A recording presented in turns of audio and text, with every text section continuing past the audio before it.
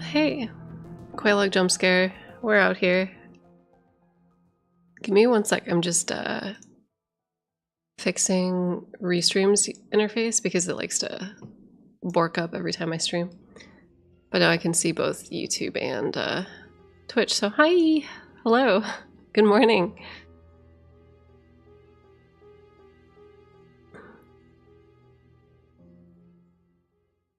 I love how we're starting off the stream with some ominous music, but I feel like that kind of fits the theme of today because we're going to be starting off with Crow Country. We're pretty close to finishing it. This is going to be our final episode. I might actually, hold on, wait, let me change the title because we are episode 3 now. I'm so sad this game is like almost over. For the most part, we've completed everything. We just need to like, hey Spy, what's up? We just need to get through the rest of the game. Which, hold on. I feel like, you know, I feel like we're out here. We're doing it. Okay. I am sad it's over though. This is one of the yeah, Machine Girl shirt, yes. This is one of the better indie games that I've played in like a hot minute. It straight up feels like a, hey Tim! It straight up feels like a proper like Japanese survival horror game. Like it has all the PlayStation 2, PlayStation 1 vibes about it that I love, but like this story is also very interesting. So for those of you that don't know what the story is and hasn't, like if you guys haven't been tuning in for the last couple streams, there was, kind of giving you like the Spark Notes version, there was a guy whose father was like a land baron. He like owned this land that he was going to like mine for stuff on the land. I don't know if I'm like articulating myself well. I took a Unisom last night to get to sleep, and like, boy, am I still feeling it this morning.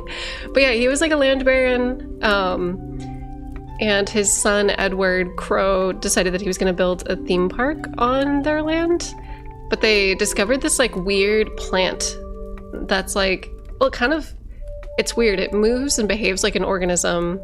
It looks like a plant, but the outside of it is made out of copper and the inside of it is like pure 24 karat gold. I'm using the neon white OST in my next video. Oh my god, Tim! That OST fucks. It's so good. Did you hear the, Tim, did you hear the Freak stuff that they recently did for the manga that's coming out? It's very, very good. Yeah. They didn't own the land initially, but found the roots and decided to buy it. Yes. So, yeah, so far what we've found out is that we are this like girl who somehow came in contact, like sorry, once again, like my brain is not operating at max capacity right now, so I'm so sorry. So our parents took us to this theme park, but there's like a dig site that is kind of like under the theme park because some of the weird plant organism thing, I don't know if I'm explaining it right. They bought the land where the plant organism thing was. For some reason, Edward Crow decided to put an amusement park on top of it. And I don't know why that is yet. They've been doing pretty good. They've been doing a pretty good job at tying all of the story together in terms of like financially why they're doing some shady shit. But I don't quite know why he decided he wanted to build a theme park yet. Like if he did it for his daughter or what the deal was, or if he was just trying to hide the fact that they bought the land because they found like a weird alien thing, a weird eldritch thing. What is this game? It's called Crow Country. I'm explaining the plot right now because we're literally just about to finish.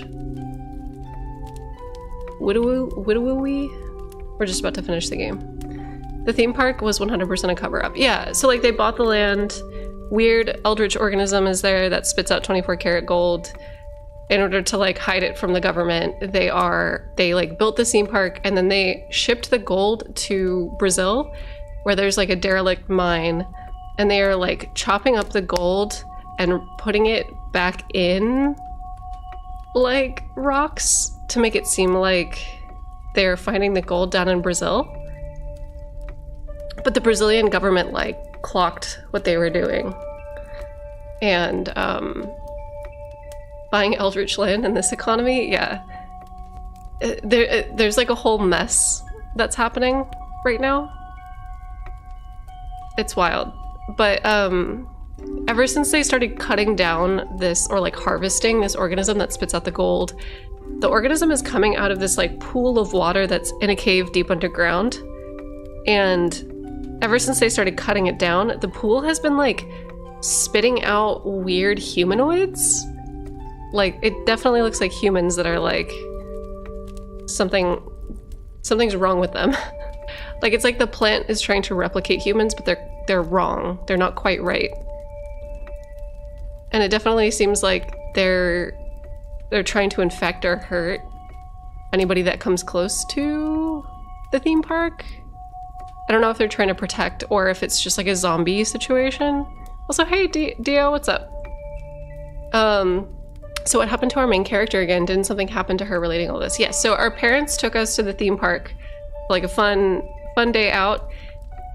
And we got separated from our parents, and when we did, we ended up in like a weird makeshift prison. And in the prison there was a man in like a cage. And it's not quite like explicitly stated what happened after that. But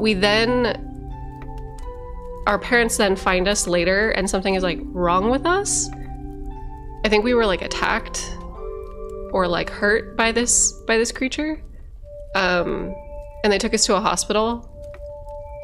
And I want to say that hold on, wait, we could probably go, oh no, we're in Crow's Lounge. I was going to say we could probably go read the newspaper article again, but I think we died. I want to say we died, or like something bad happened to us. But there's something mysterious regarding us being here. Like, I don't understand how we're here. Hey Nassim, what's up? I'm doing good. I'm feeling very tired and like a little disoriented today, so apologies in advance. Theme park is more than just a cover-up though, right? Like, why a theme park specifically? Yeah, exactly, Breakfast. It's kind of what I'm wondering. A part of me wants to say theme park because he has like a daughter. It just seems like a fun thing that he could have included his daughter in. I don't know. I was also thinking that a theme park noise can cover up the noise. Oh yeah, like digging. Cover-ups of drilling. That actually makes total sense.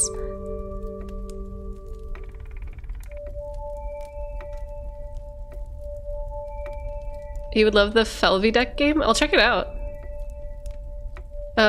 All I know is that we're a teenage girl who stole a cold gun and is maybe a detective or a secret agent. No, so we're not a detective or a cop's gun. So we're not a detective. What happened was we stole a cop's gun and we stole police reports regarding the theme park and regarding Edward Crow and regarding like a missing persons report. Yeah, okay, wait. Fable96 says, Quaylog seems to be replying to messages. I'm not seeing in the chat. Is this being dual streamed? Yeah, I'm on Twitch and on YouTube. I'll try to be more mindful of like saying which chat I'm responding to, because I know it's a little bit disorienting. But yeah, okay, so I recently found this like secrets map that shows like everything that we haven't interacted with yet. I kind of want to head towards the dig site. Including my daughter and my gold trafficking scheme family. Oop. It's crazy because I actually just watched this video that, oh fuck. I forgot about the ceiling traps. I actually just watched this video that Wave sent me by, is it, I don't remember their name. Hold on. It was really interesting.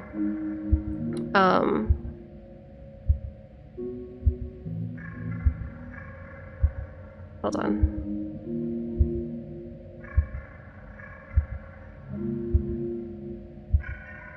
There was a YouTube video that came out by somebody on like the secret societies that Bread Tabs founded.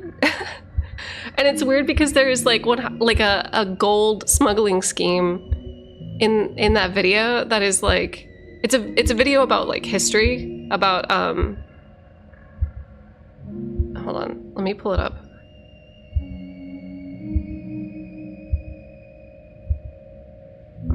It's called it's by Chuppel, so CHUPPL, the secret society funded by Bread Tabs. And it's talking about the forget the name. John Birch Society, the American right-wing political advocacy group. That's like the ultra-radical far-right conspiracy theory organization that like was involved with like the Trump campaign and everything. But they actually have like a long-standing history in American politics dating back to like the 50s, 58, the 60s. But the guy who invented the bread tab, like the tab that like closes bread, he was a part of that society. And so bread tabs were like he was funding that society and like a lot of the conspiracy theory campaigns and like ultra right-wing politics. It was super fascinating. Like he was following this paper trail of everybody that was involved, but it like goes, it kind of deep dives into this whole thing about like during like the Japanese occupation in the Philippines, they were like stockpiling gold, and there's this apparently this huge cache of gold that was discovered, and somebody in America was trying to figure out a way to like transport the gold back to America without it getting identified by the government. So they then were like saying they got it from this mine and like shipping it to Canada and then smuggling it across like the United States border. It was insane. But I guess it was enough gold to like influence the entire global market. Like that's how much it was like thought to be or whatever. It was crazy. It was an insane Big Bread is trying to launder gold. Yeah, it was like, it was full up one of the most like insane videos I've ever watched. It's wild. It's wild. Like I was telling Waves like the American history and like the American economy back in like the 40s and the 50s was wild, because you could straight up be involved in like racketeering and like the political climate, but be like the inventor of the pretzel or something. Do you know what I mean? Like you could be the inventor of like the postage stamp, but you're also in like a secret like shadow government. Like you could have like invented like the twist tie and fully like, you know, decided the fate of people's lives in like Kentucky or something. Like it is like a wild, it is a wild video. I definitely recommend checking it out. That's a hell of a journey through history. It really is. It was awesome. It was a really good video. It was really well like researched too. And when I was in my environmental biology class, we learned quite a bit about a lot of like the weird kind of like tall tales or myths regarding like local politicians. There was this like kind of like infamous story about how the people in like there was a political leader in Northern California who apparently like gambled away the water supply to like a politician in like central Southern California. There's like a whole weird story about that in like California Fish and Game, and like I don't know that. Oop! I almost ran into a trap. There's a lot of weird local politic shit from like the 50s that is just like crazy to learn about. It's like awesome because it's just like it's fucked. It's totally fucked. Have you ever played Disco Elysium? I did. I played it a little bit like a very, very, very long time ago.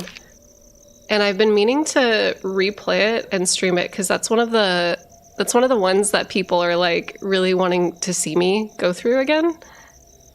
But I would love to. I feel like it's been, you know, I don't remember much because I didn't like fully complete it.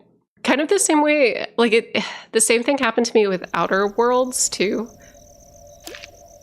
Not Outer Wilds, but Outer Worlds. Like I started it and I got through like, I want to say like 25% of it, but I don't remember like anything. I need to go back. Okay, wait, hold on. Where am I even going? We're going to... Oh, I was going to the dig site. That's right. Hold up.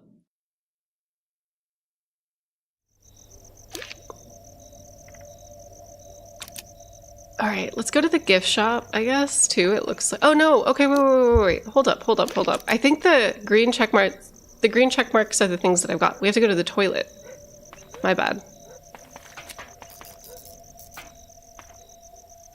Okay. I would 100% watch a Disco Elysium stream. Yes! I played Disco Elysium one time, and less than an hour I spent too long talking to a little girl about her poverty issues, and then I died of depression or something. Gonna really need to sit down and take it in, because that was not a great first impression for me. Oh no. Alright, so we're in the toilet. I guess there's a secret. In here. Was that it? No. An automatic hand dryer. My hands are already dry.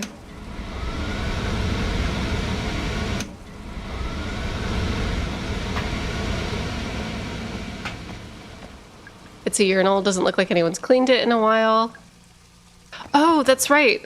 You know what? There is a rib cage. There's something in there, but I can't get at it. It's blocked by a pile of old bones.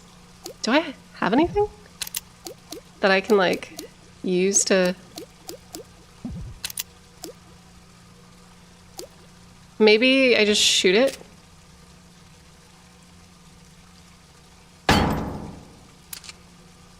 Hold up.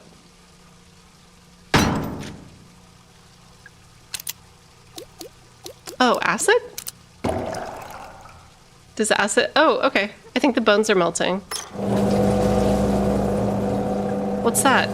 Oh, nice. Hey, look at us. We're cooking. We're cooking.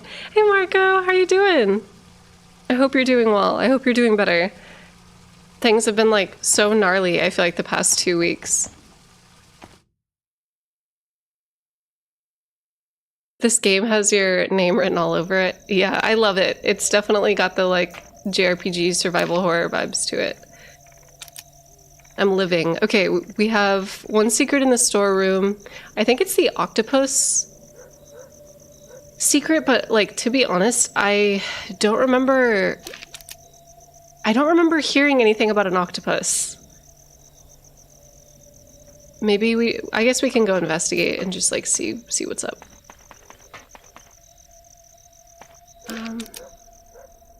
We need to go to Ocean Kingdom, which is this way, I think. Oh shit, the guy's shooting at me again. Hey Kobe, yes, I love Parasite Eve. I actually have been thinking, like, as we kind of as we work our way through the summer, heading into fall, I would love to do like all the old horror games. Like I'd love to do like a Fatal Frame stream and a Parasite Eve stream and just like kind of one-offs. I saw, was it Man Fight Dragon? Was it Lance who did a Kuon stream recently? Is that the name of that game, the FromSoft survival horror? Oh shit. The clue for the octopus might be in the same room. Yeah, that's that man in the fucking grate. It's an animatronic bird. It's like the one outside the haunted manor, although this one seems to hoot a few more times in a row. Oh, okay. Hold on, I need to...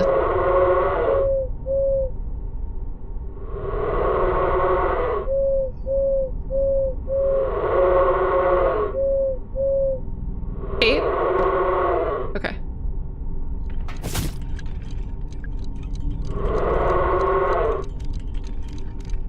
Wait.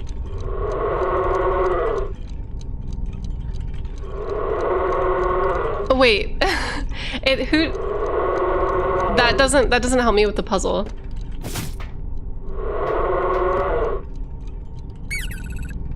I'm a little mushroom boy. I've already granted you your wish. I have no other purpose. Okay, cool. Oh, so 8, 1.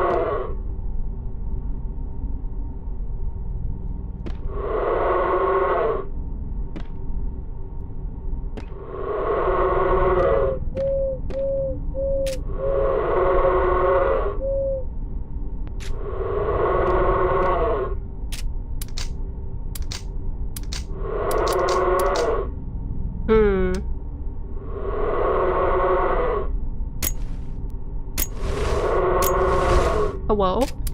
Is this gonna work?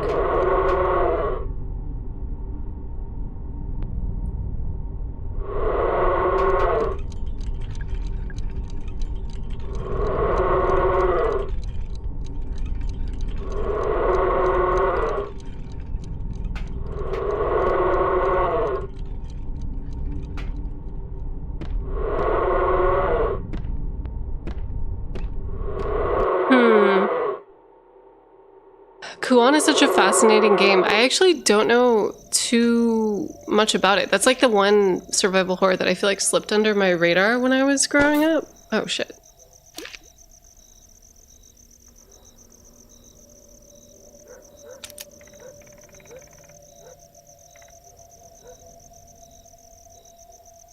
Alright, I'm gonna go back to the dig site, I guess.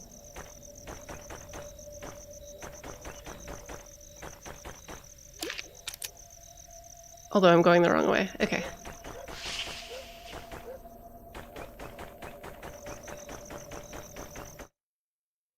What's up, Saint Theodore? How you doing?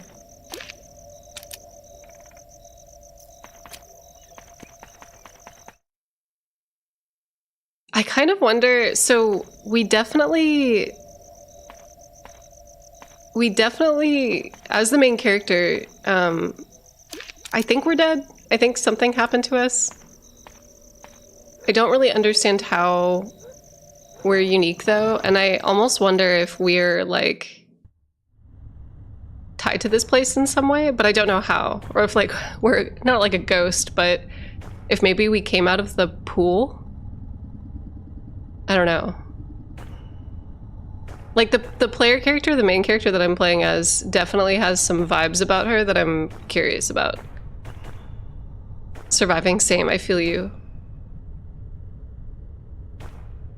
What else could be in here? You know?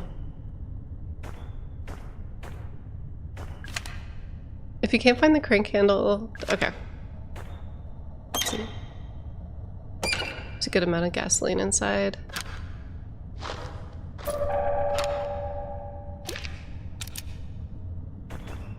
Because I already did the, already took the mask off the hook. Yeah, I already like did the puzzle that's in here, so I kind of wonder what else there could be. Some kind of secret in this room, and I'm not quite sure what it is. Alan Wake. Oh man, I love Alan Wake. No, this is a Crow Country. It's very good. I definitely recommend it. Definitely recommend it if you're like a big survival horror fan.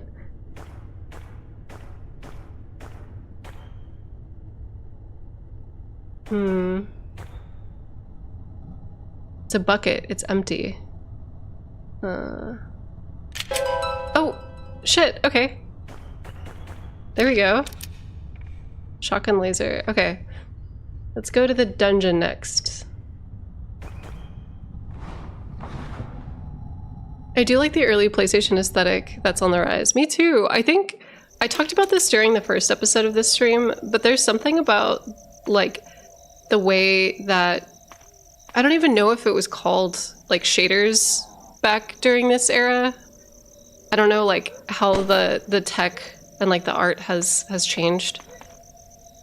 But like the fact that there's no reflective light and like the natural shadow color is just this like weird black instead of it being like blue makes it feel really uncanny and weird.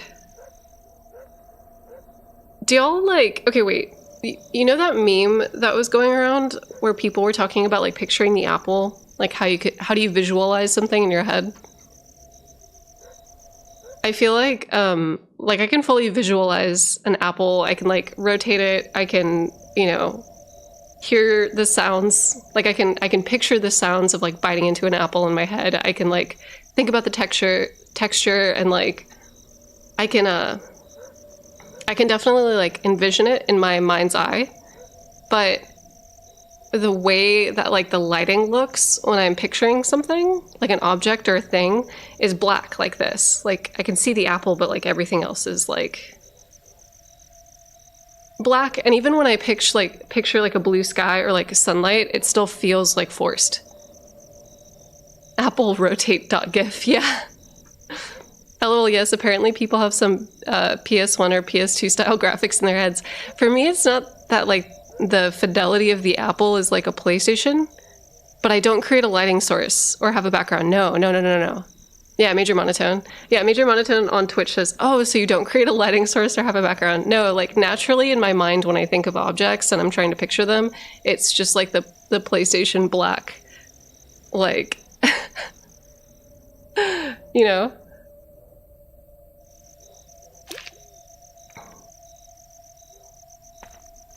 My apples are all clip art. Just like a 2D cartoon apple. Oh, shit. Oh, I see the old Resident Evil item rotation going on. 100%. Oh my god, that's such a good reference. It's like 100% what it's like. I have very strong synthesia. I hope I'm saying that right. Where if I'm reading something, I won't just picture it, but I'll hear or smell or taste the things being described. Same, Fable, same. I definitely like, I think for me, texture and like smell are like hugely important when it comes to visualizing spaces or... Okay, wait. Visa, what did she say? I'm not kidding, it's the first thing that appears in my mind's eye. Wait, what does? Does the game use tank controls? No, it doesn't. So it has like a... Oh, fuck. Jesus Christ, that scared the shit out of me. I do have to like point and shoot and like aim, but as far as the movement goes, it actually feels like a proper... like you can rotate the camera. Oh, fuck. We imagine in apples? Yeah. Brie, I was talking about how when I imagine the apple, I don't create a light source. And that like when my brain visualizes things, I can visualize the apple like perfectly. I can see like the shine. I can like visualize the texture, the feeling of biting into it. Like I can visualize all that, but like my brain doesn't create a lighting source. So it's just like dark in there. It's like the Resident Evil item rotate screen where it's just like pitch black.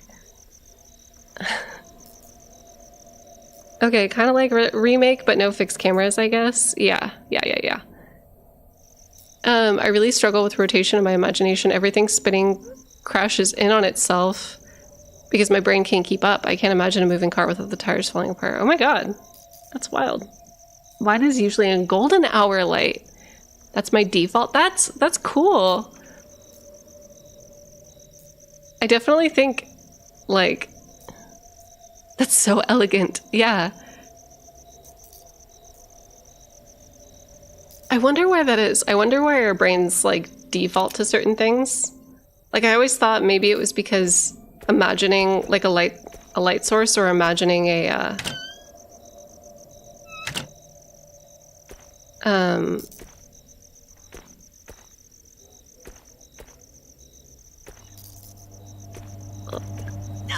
imagining like a background or like the sky is just like another layer of information that like I have to consider.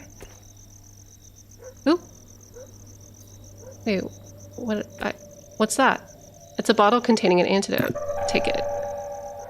Was that it? No. There's like a secret here. I don't know where.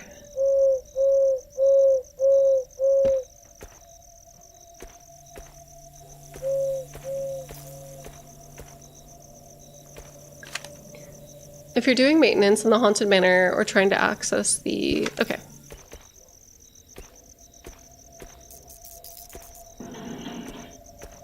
I can visualize stuff, but there's like a detail cap. Like my brain doesn't have much RAM and the color takes up some of the RAM, so it gets blurry when it's in color. Oh, I see. Bree says it's just like really rich in color with good shadows. Ooh. Artist brain wants shiny light, dramatic.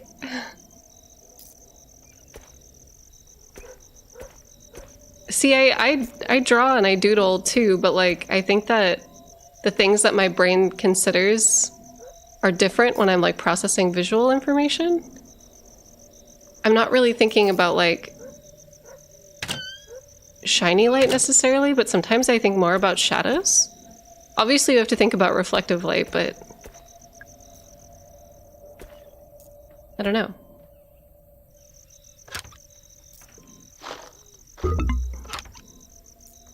My brain is good at visualizing and rotating. I guess I have to compensate for having zero internal dialogue. It's fascinating to hear other people's own mental processing. Ooh, yeah, that's a good point. Sometimes I have internal dialogue, but some of the time I don't. Or like,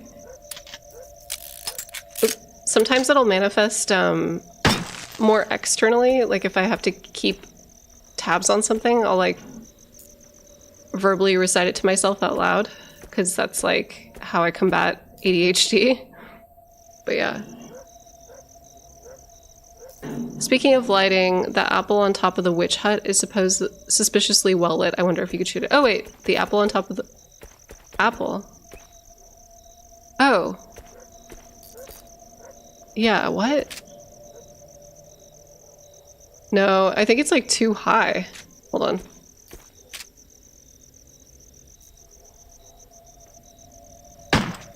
Oh. I think that might be a pumpkin.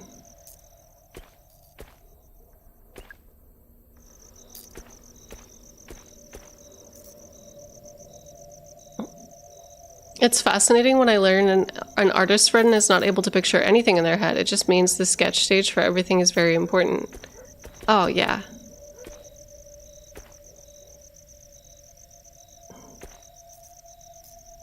Aphantasia, such an alien concept to me.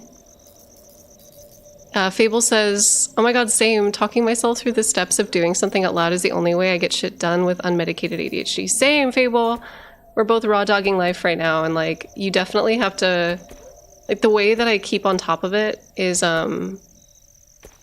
because like, for folks with ADHD, I was always told, like, keep a journal, write everything down, but like, if you're not medicated, actually sitting down and opening up a book is quite difficult. Like, I'm the type to buy journals and pens and like a bunch of journaling like supplies and then just like never sit down and open it. And so I've gotten like, I'm more of a pad and paper type of person. Hold on, like, like I have this pad of paper that's just on my desk that I'll like write notes and stuff. You'll forget to look at the journal. Yeah, exactly. The crypts. I kind of want to move on. I don't know if I'm going to be able to find the secret.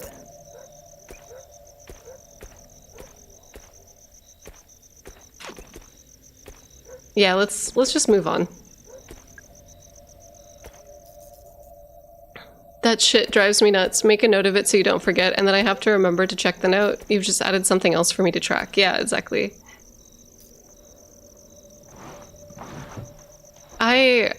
It's really similar to like telling a depressed person, you know, like exercise helps, which it does, but like the barrier isn't that somebody who's depressed doesn't want to exercise. The barrier is that depression like inhibits being able to like act. Like it prevents you from being able to move. It sucks because it's like the thing that would help you can't access, or it's like it's not approachable, not attainable. Oh my fucking god. Okay.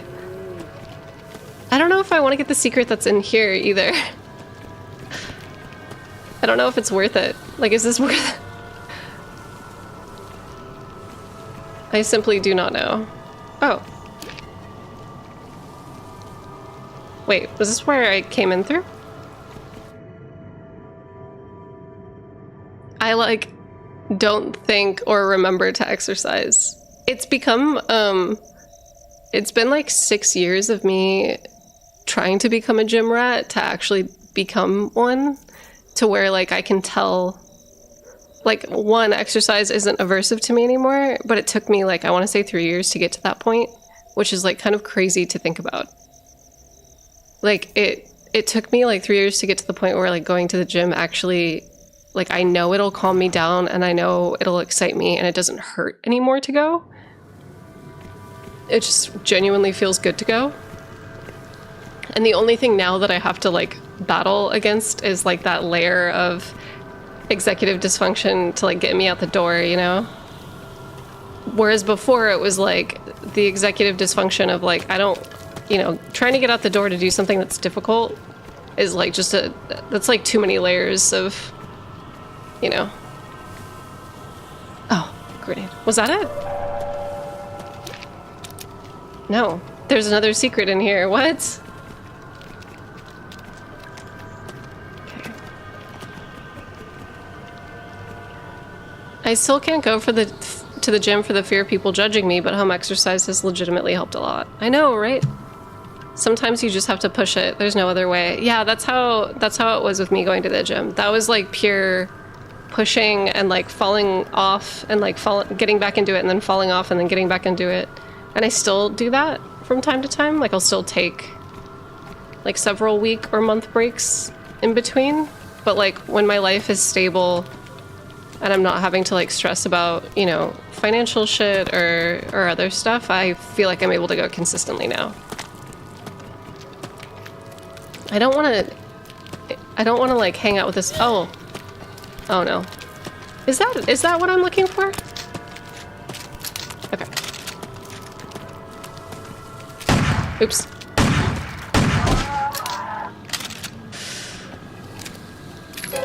Yay! Okay, cool. So I guess Magnum ammo counts as like a secret, which is totally good and fair. All right, let's go to the dungeon next.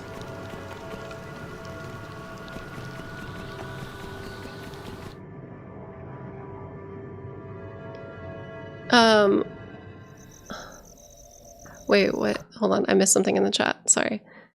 I still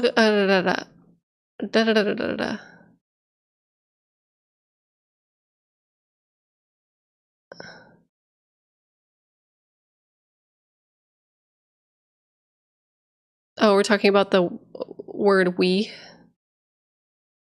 I missed it. I missed the whole conversation. I'm sorry, y'all.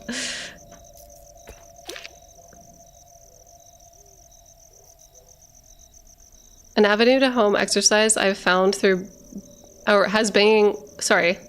An avenue of home exercise I found, though, has been historical longsword training. Oh my god, yeah. There's like so many like sword training people.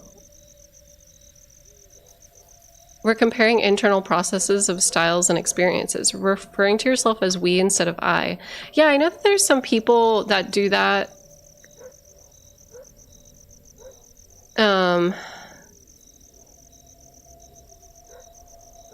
And there's people that like straight up identify as we.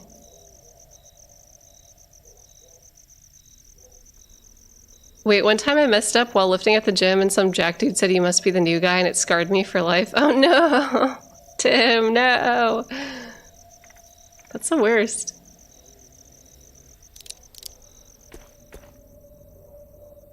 For me, what I did is I started off with like high intensity interval training at home to like build up my core. I did all my Chloe Ting videos and I did those for like, I started those I think right before COVID and then continued through COVID in addition to running. And I feel like that gave me the core and like upper body and lower body strength to like actually start to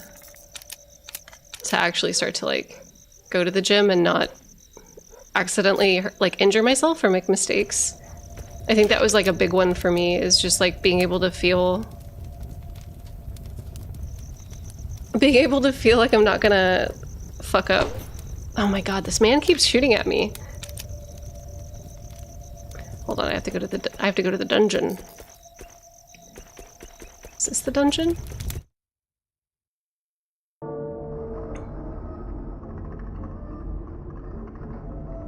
Yoga helps me both mentally and physically. Yeah, yoga is really good too.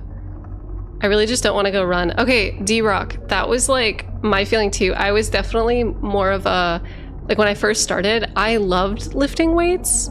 Like lifting weights was like super reinforcing for me, but I felt like it wasn't giving me the results that like I wanted.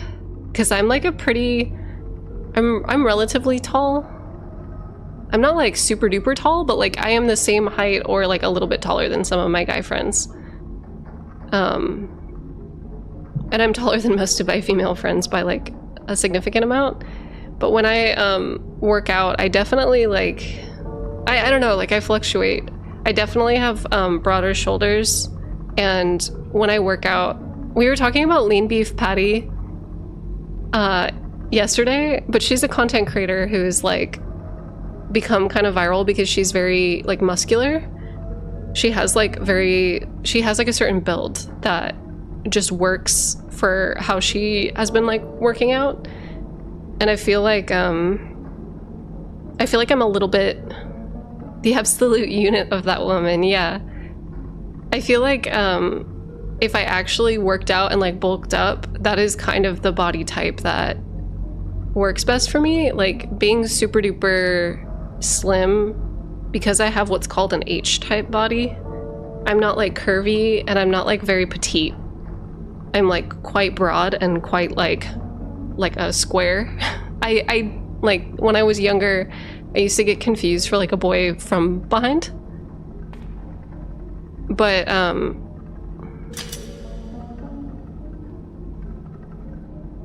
it's weird. I don't really know how to describe it. Like you can have, sorry, this is me being crass.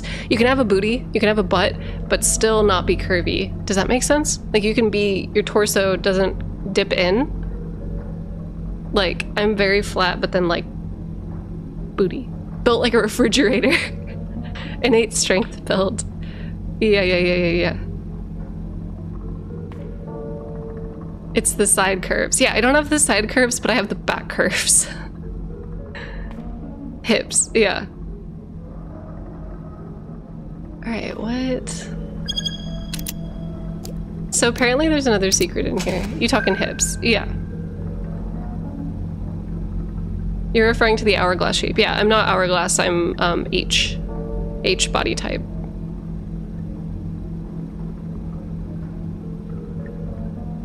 "2D curvy," got it.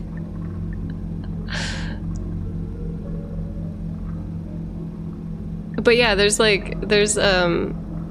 think following more fitness people that have like my body type is has been like really helpful. Do I even want what's in here? Let me see. Hold on. What am I missing? What can I be missing?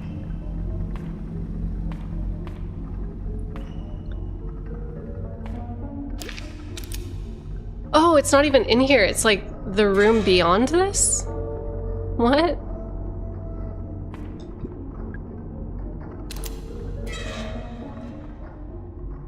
Yeah, so Kaio, I do work out. I do work those out. I do that, but it doesn't change how my rib cage is built. There's definitely like a, because when I work off all my fat and I get quite lean and I start, you know, building out those muscles, it doesn't quite get me to where I want to be.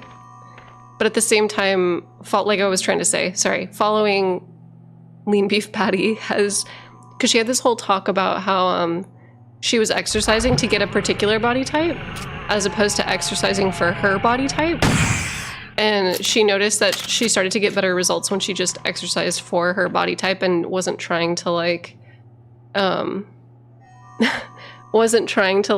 go for a particular like aesthetic or look. She just was kind of like doing well-rounded stuff and like getting her body to be peak performance. She's so cool. Incredible shit poster. She's fucking awesome. She's great. Okay, wait. So I guess, is it in this room? No, there seems to be a secret. Oh wait, what the fuck?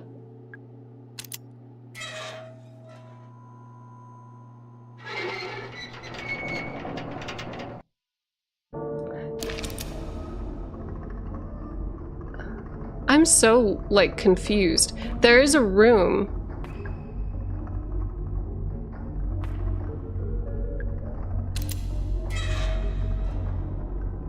Hello, was the capture card situation ever resolved?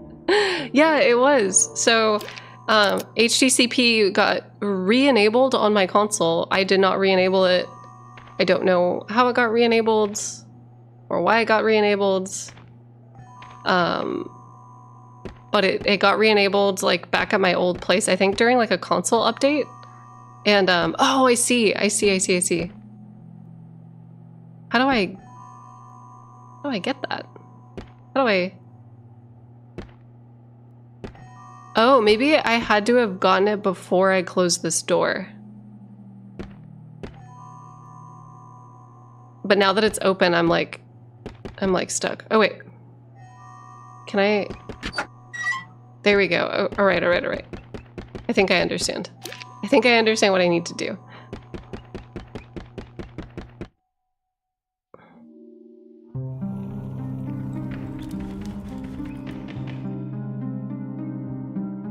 So exercise, people with my body type will know what exercises to do, essentially. Yeah. And, like, I think I was trying to go for a, I think I was trying to go for, like, more of a petite, like, hourglass shape. But it doesn't work for me. And then it also doesn't even, I, like, fluctuate. Like, I'm a pretty fluid person. And so when I'm feeling feminine, like, I would really, you know, like to feel feminine. But when I'm feeling masculine, I think it's easier if you have, like, a feminine physique to still dress masculine. Like, it's easier to kind of, like, because the masculine silhouette is quite A-line. And so if you're, like, you know, got, like, a very petite frame and you wear A-line clothes, it looks fine. It's like, it's whatever. But yeah, it's complicated. It's weird. Gender fluidity is weird. And, like, trying to have a wardrobe is hard. And trying to, like, figure out how you want your body to look is also hard. And it's frustrating.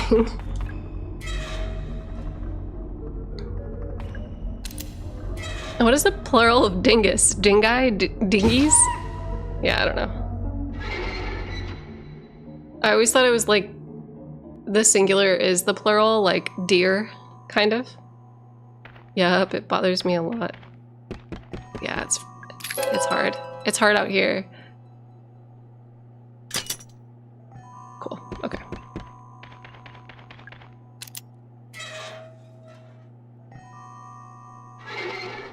No idea what this game's about or what the story is. I'm just happy I found something with crows. Yeah, to be honest, it's quite good. I definitely recommend checking it out.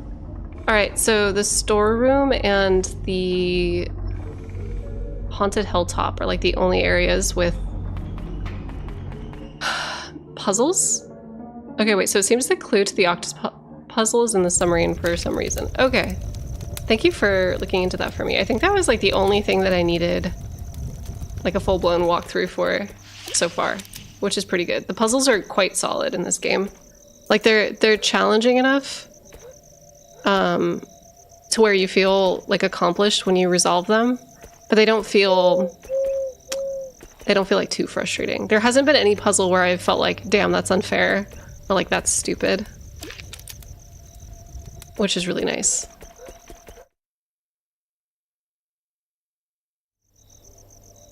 As a assigned male at birth, non-binary, it's easy for me to just be a baby girl lean body type. Yeah.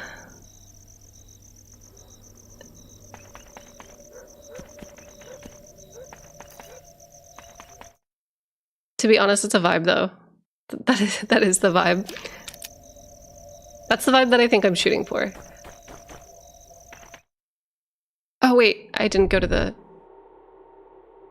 I remember when I saw this being played like a year ago and it was still in early access. It seems way better. Good to see it improve. Oh no, it's like a full-blown like 10 out of 10 game for me now. It's fantastic. I haven't had like a bad time.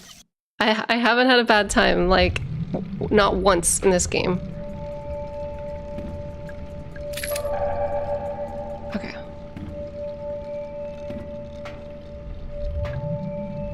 Octopus +2. Okay, wait. That's for this puzzle, right? Is there an octopus in here? Yeah, there is. Okay.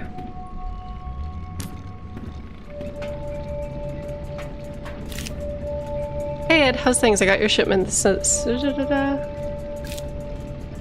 Okay. No. It's not displaying anything. Yeah, I don't think the puzzle's in here. I think you're talking about a...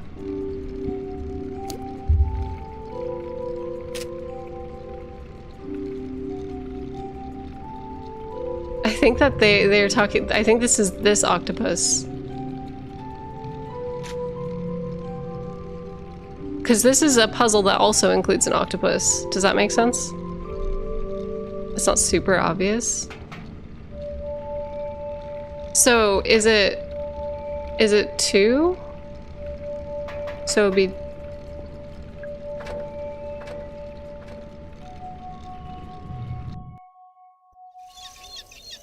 Two, 8, 1, 8, 2, 1, but there's no fourth number so far.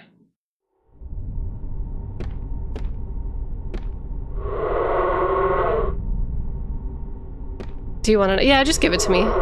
Just give it to me, Spy. This is the one that I give up on.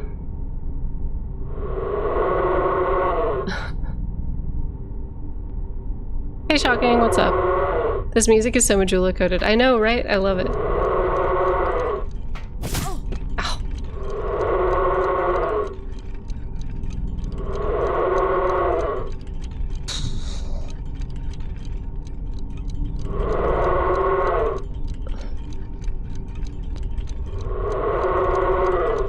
Go back to the sub and shoot the octopus once and check the screen that's nearby. Oh. Ow.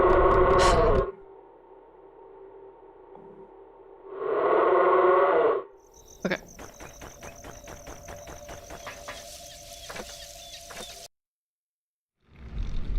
Yeah, I hate that room. It's not a good room, it's a bad room. It's not. It doesn't feel good to be in there. I don't like being in there.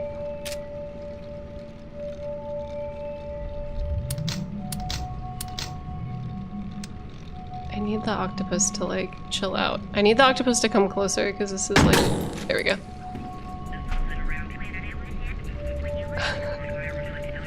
Some information about an octopus.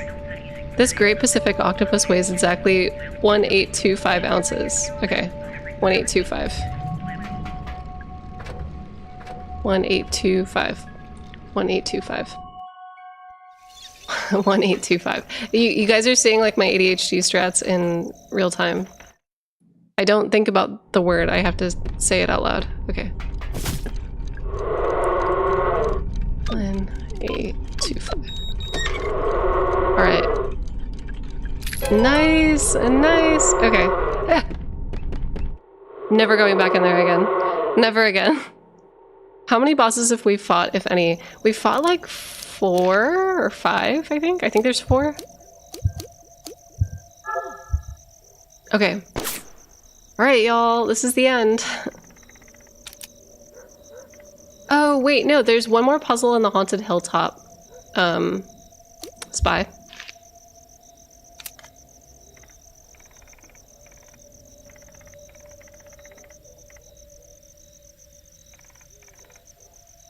Wait, did I not do the Sunday route?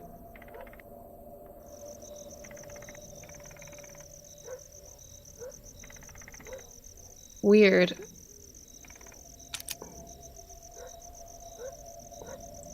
Do you count the graveyard headbutter and the tall clacking guy as bosses?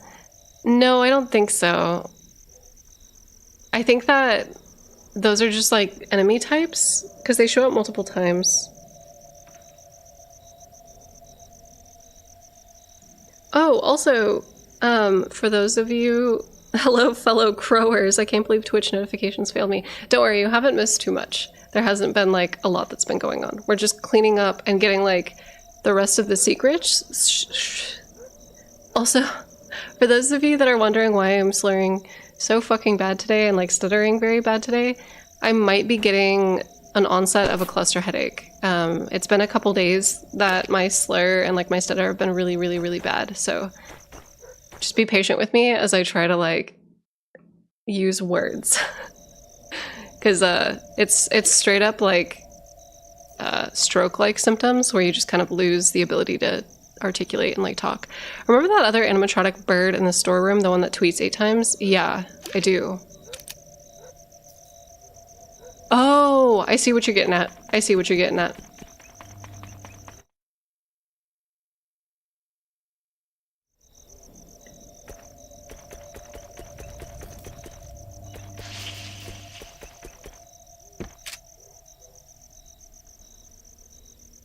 Do I have enough? Yeah, okay.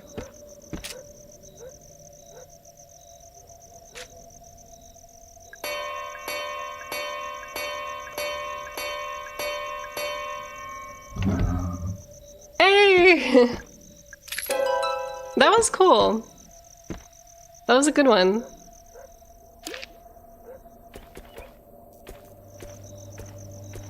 No worries, I stutter all the time. It's just really hard, like, doing like lore videos where we have to read like the names of like fucking German philosophers or like places in history or whatever. There's a lot of stuff that I know that like I learned academically, but there's a lot of stuff that I learned that's self-taught, and so I already struggle with that. But then on top of that, I also have like dyslexia and like a slur. It's a fucking nightmare. It's a nightmare, y'all. Okay. Wait, I want to go to the north. Hold on. Before I take this elevator down, I want to go northeast. Okay, through the haunted manor. Okay.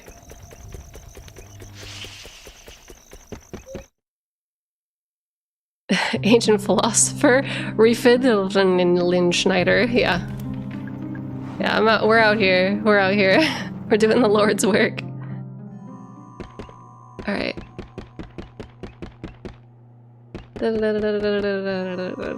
Oh my fucking god. Okay.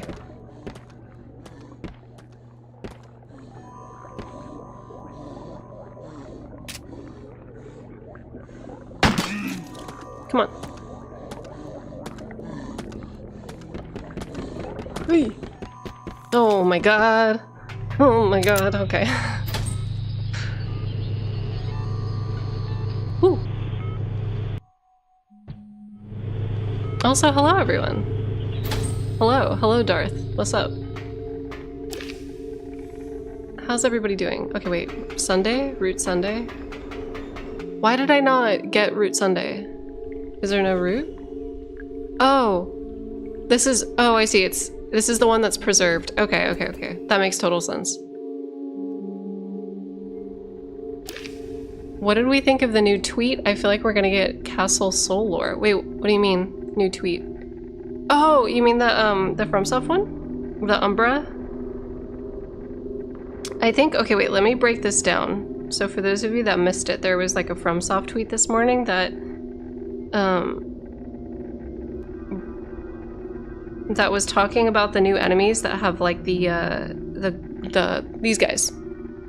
You guys see that? And hey, not again. Thank you so much. Those guys. I guess it says the abandoned and tragic who forged beneath the Umbra pray for the embrace of a new master.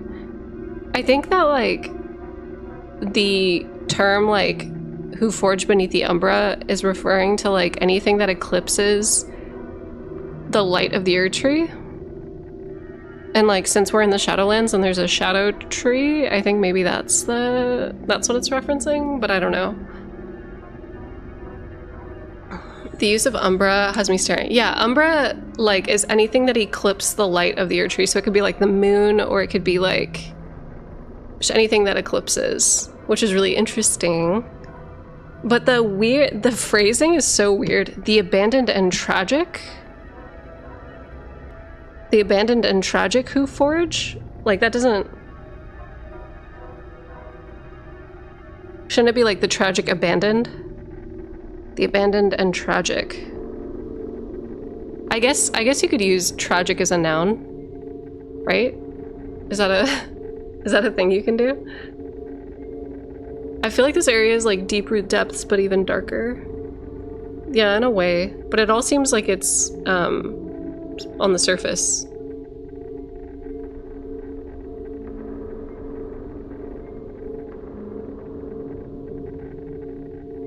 Oh, it's like the Sweeting song. Yeah, it's a little bit like the Sweeting song, but I think that like in Mother's Umbra refers to like a lunar eclipse, or like a solar a lunar. Tragic is still an adjective since it's describing these. Is that like weird English? Am I just like the Umbra is the darkest part of the shadow too. Pre-Umbra is when reflected light still makes it. For sure, for sure.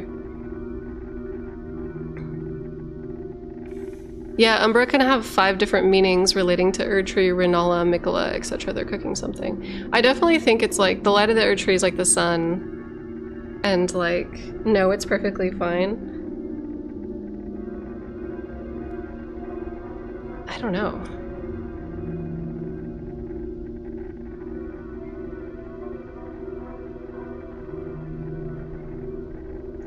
Okay.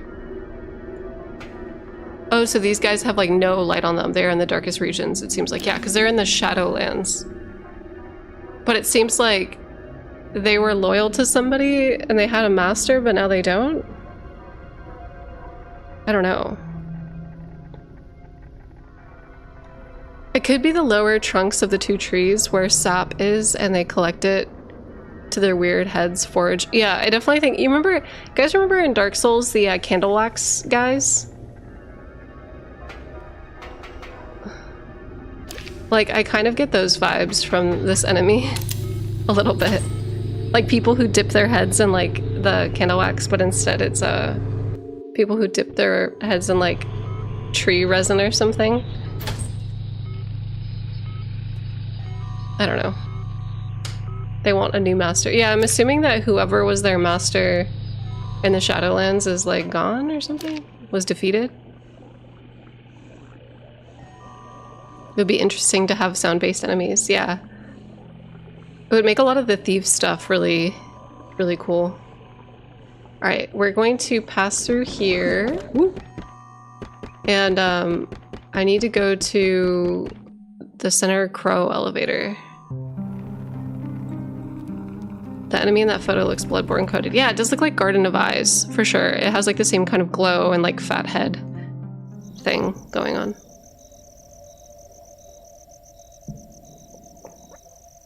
All I can think of anymore is anyone mentions those candle guys was the glitch where your character's butt would clip through their clothes and become visible when you interacted with the wax pole and bent over and dip your head. Yeah. I remember the butt clipping. It was a good time.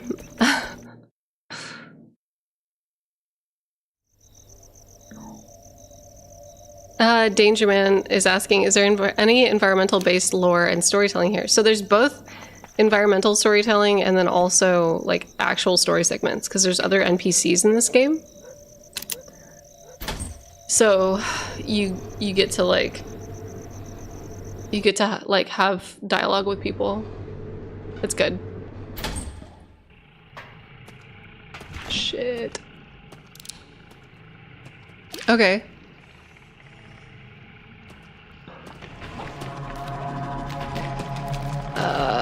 I forgot how to like open this.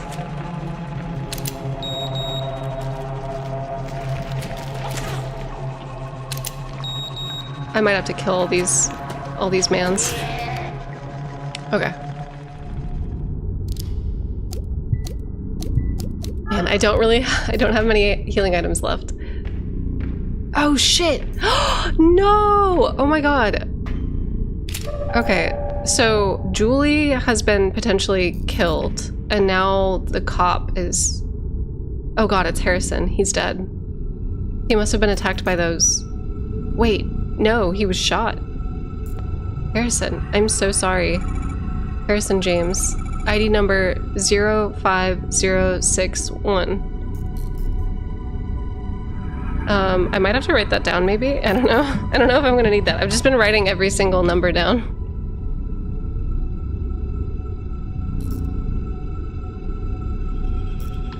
Okay. Oh, no. Date of birth, January 12th, 1965. ... Firearms expert. It's Harrison James. He was put on the Edward Crow missing persons case. I tried to stop him coming to Crow Country, but he really wanted to help.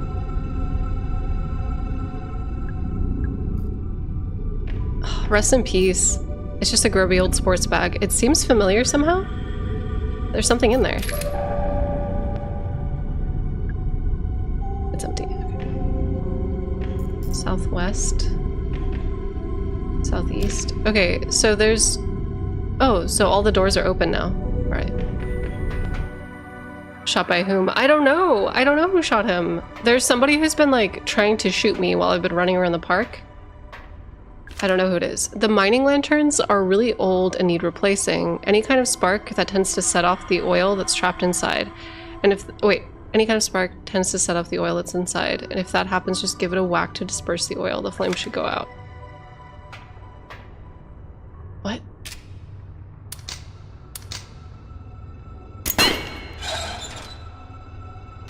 Oh. I see, so I have to progress based on how many flames are lit, maybe? Okay, I see. Yeah. That seems to be the case. So 4. And then... Oop.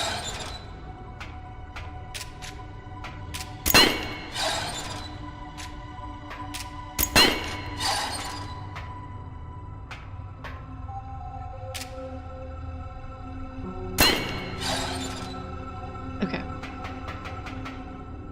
Oh shit. Hold on, I'm gonna just like go through and like reload. Wait, our fake ID, we said we were born in 1965, right? Yeah, oh wait, hold on, let me check our fake ID. Oh shit. Yeah, it changed our ID. There was a piece of tape and our picture on the side. Oh shit. They really don't want you to have ammo. Okay. Tolman, I can't let you. Listen, Harrison is dead. ... Harrison James, the police detective. I know who he is. I'm sorry, Mara. He shouldn't have come here. It was only a matter of time before one of those creatures... He was shot with a gun. Shit. Do you know who did it? Oh my god! Oh, I think he's probably got a good idea. Marvin, not Marv. No. Not fucking... I mean, like, we Ben knew this motherfucker. He's so shady. He like jitters. Like, what the fuck?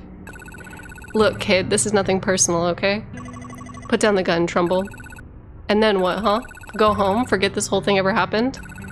The feds would be kicking down my door within a week.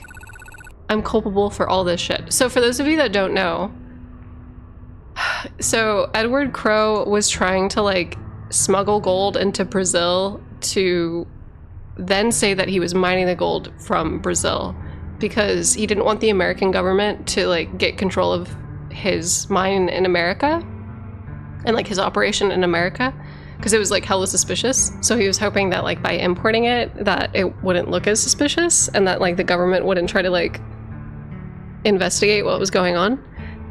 But instead of using his own name out of the paperwork, he used his business partner, who is Marvin, this guy.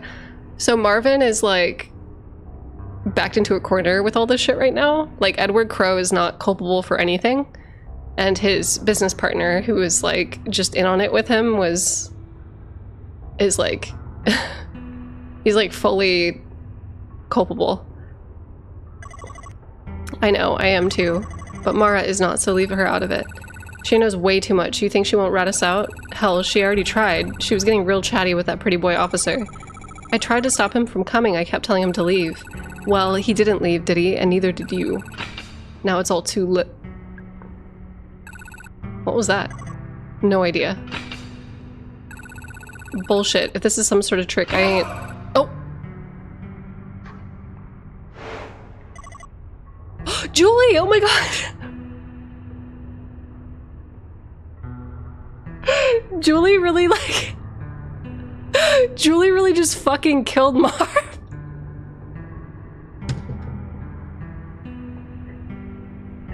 What? Julie for the win.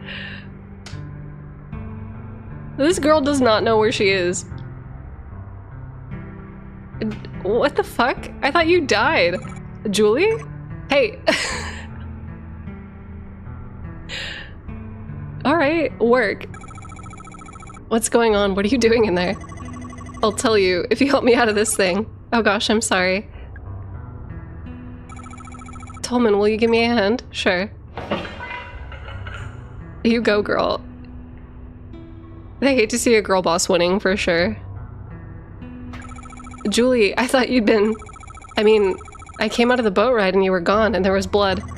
Something grabbed me and dragged me backwards into the vent. What was it? Whatever it was, there are several more of them hiding out in the pipes. It's pitch black in there, but I could hear them, smell them. And what? They tried to kill you? No, mostly they just shook me around and made a bunch of noise. Shouting, weeping, moaning, whatever you call it. Sounds about right. What do you mean? They're angry, but they don't want to kill us. They're just trying to communicate. Mara, you haven't introduced me? Oh, right, sorry. Julie, this is Tolman. He works for Edward Crowe. And Tolman, this is Julie Barron. She's a lawyer. She was hired by the Marshall family, Elaine Marshall's family. I see. Oh, shit. Hold on. One sec. Hello?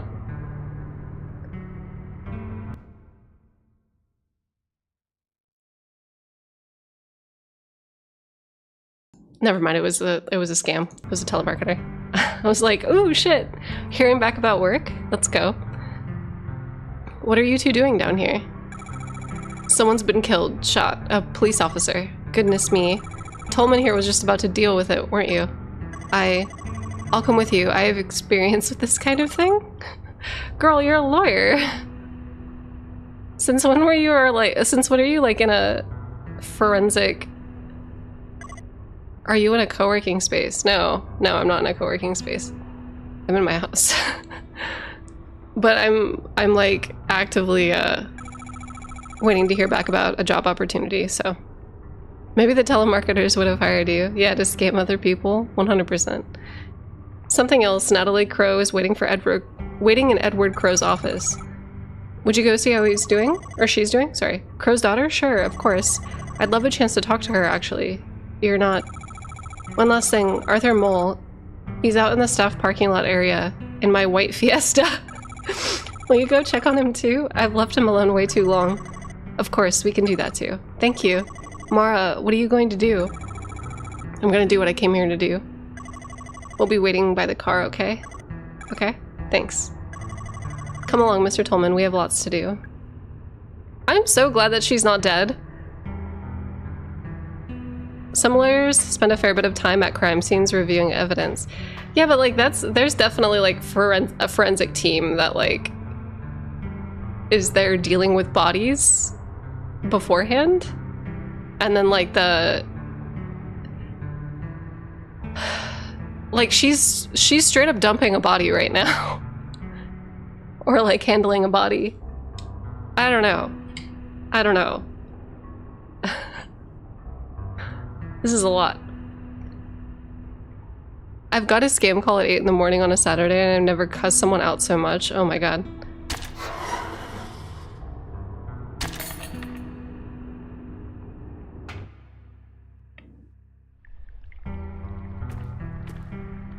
Wait, is this the pool? It's a pool of water. It looks so clean. Is this a spring? God, that feels better. I didn't realize how filthy I was.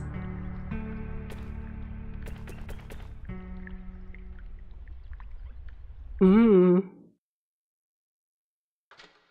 Oh my god. Are we having a snake eater moment?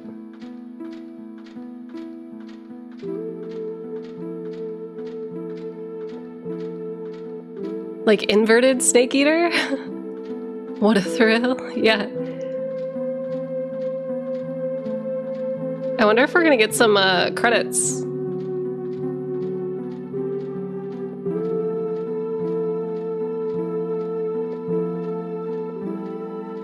Wait, did your hair change color? No, my hair's been like purple. Like, are you talking about my players? My players? Sorry, what? The player character? Or are you talking about me? Snake spitter, yeah. Yeah.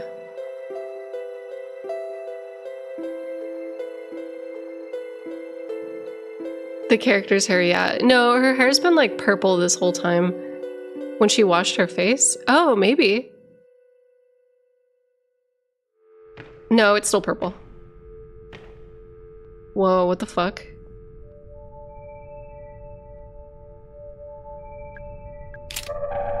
Oh, the phone that he's been like calling on. It's been left off the hook. It's a set of photos. Photos taped up on the wall. Natalie Crow, Edward Crow's daughter. Tolman, the engineer Crow put in charge of the root excavation. And the next one is a photo of me. When did he take this? Julie Barron, the lawyer hired by Elaine Marshall's family. Arthur Mole, a teenager who wanted to photograph the guests. Marvin Trumbull, he was responsible for the Crow's fake gold mine. Douglas Pike, he was in charge of building the actual theme park. And finally, Harrison James. He was the police officer who was sent to look for Edward Crow. It's a shower. There's a lever. Press it. Oh, there we go. Hey, my hair dye came out.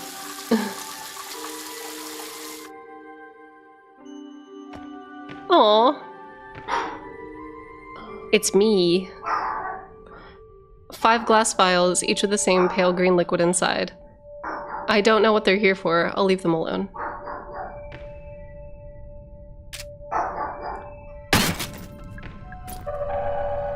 Well, I guess I accidentally predicted that. Yeah, it's a piece of paper. Something's written here. I can't make sense of it. It's nonsense. Hey, Coop! Ooh. It's a curtain. Oh shit, that scared me. Fuck. It's a bed? This is where Crow must have been sleeping. The sheets are stained with blood. It's a sealed envelope for Natalie. I won't open it. It's a microwave. What's that? It's a med kit. Okay. Whoa, I like how the music is slightly more dissonant. Yeah, it's a little off.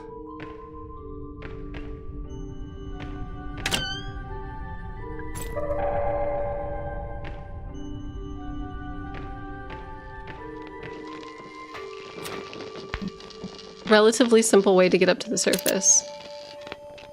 It doesn't work anymore because someone's driven a fire axe through the control panel. Okay. Should I talk into it? Talk. Mr. Crow? I'm here. I'm in your lab. Hello, Elaine. Open the door. I will.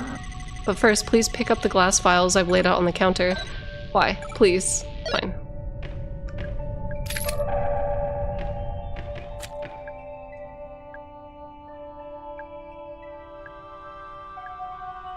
Okay. We can't even take the fire axe? No, it seems like it's probably embedded in the police ID card I took from Harrison James, the bronze key given to me by the ferry, the crank handle, the gemstone, the chain, the mask, the trident, silver key, Data disk, acid bottle, golden key, the battery. Good times.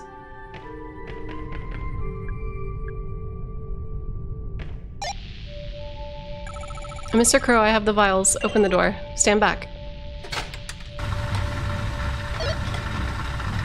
Oh, this is the pool. Okay, wait. Okay, are we ready?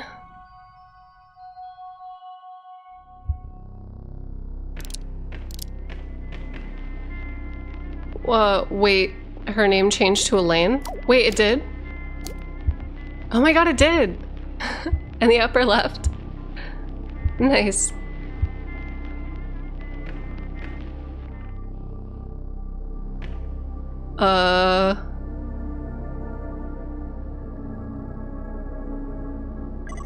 Elaine Marshall. Edward Crow. How long has it been? 2 years? We've never met before. No, I mean since you became infected. 2 years? 2 years since I shut the park. I'm glad you came back. Why would you give a shit? I would offer you a drink, but... What are you now, 18? Not quite. And yet, you made it all the way down here. You're clearly very stubborn. That's good, it gives me hope. Hope? Tell me, how are you feeling? Bad. Tired. They can't get rid of my infection. It's been getting worse. Of course. I must say I'm relieved they let you out of the hospital long enough to... They didn't. I escaped. I see, you really are determined. And all of this because you want to kill me, I assume? No. I came because I want to tell you something face to face. I need you to know. Go on. Mr. Crow, I'm going to die from this infection. We tried everything. Nothing works. It's gonna kill me. But I didn't realize you have it too? The same infection? Of course, anyone who has been exposed to the guests will have it. Naturally, I was the first. When the first guest emerged from the pool, I tried to help him. I put him in a holding cell up on the ground level so we can monitor him more easily. The holding cell. That's where I was attacked. Yes, bringing the guests up to the surface proved to be a mistake. But you look worse than I do? I'm simply further along. My continued exposure to the guests has accelerated the process. Continued exposure. Your bloody escapade today, it may prove to have a similar effect for you. Oh god. It looks bad. What's it like? When it gets that bad. I shall not lie to you. Elaine, do you remember when your family asked me to pay for your medical fees?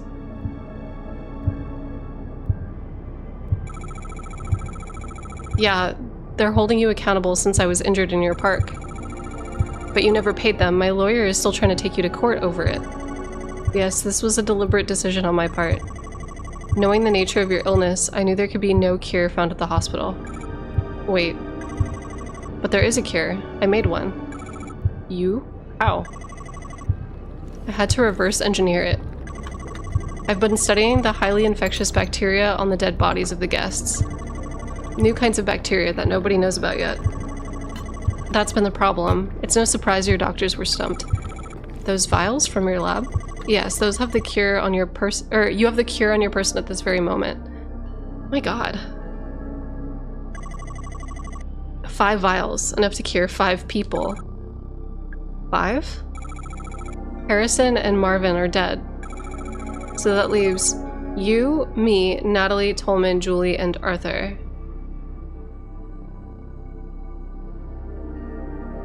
Well, that's 6 people. You didn't make enough files. You're wrong there. I shall not be taking the cure. You understand where we are right now, right? You call it the pool? Correct. And protruding from its depths are the 7 roots. What's left of them after years of you cutting them up and harvesting them for gold. Exactly right. Elaine, look at me and listen. The pool is a gateway, and the guests are human beings who attempted to travel through it and emerge here. Why are they so messed up? Because I've spent the last 10 years dismantling the mechanisms of that gateway. I don't understand. The pool works, technically, but thanks to me it's severely malfunctioning. You see, the roots are a kind of calibration antenna, necessary to accurately and safely transport those who travel through the pool. Mr. Crow, where are they coming from? The guests. What's on the other side of the pool?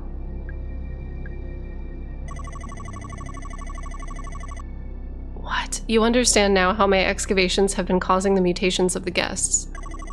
Also understand that the mutations have been getting worse as I cut down more of the roots. The beings that emerge from the pool now, they barely resemble humans at all. Most of them cannot walk, let alone speak. But that first guest who emerged from the pool all that time ago, he was the least mutated. Yes, Elaine, he could speak. Just barely. And he told me who he was and why he had come. I wrote it down word for word on a little piece of paper. And then I went back to harvesting the roots? What the fuck? No subsequent no subsequent guests were capable of speech. Apparently I'm not either, shit. You may now understand why I'm choosing not to take the cure. Yeah, what the fuck? What? Crow's been dismantling a receptor antenna on the Stargate. I know, what? This is crazy. My time is short. Before I die, I must look upon what I've wrought. You're going through the pool? Hold out your hand. What? Take it. It's a little piece of paper. Now that it's in your hands, I'm going through the pool. You'll be mutated. It'll kill you. A fitting end. Perhaps if I'm lucky, I may get a glimpse of what lies on the other side. I have one more thing to ask of you, Elaine. If for any reason I re-emerge from the pool, I want you to kill me. But if I re-emerge, I will be in no shape to continue living. Do you understand?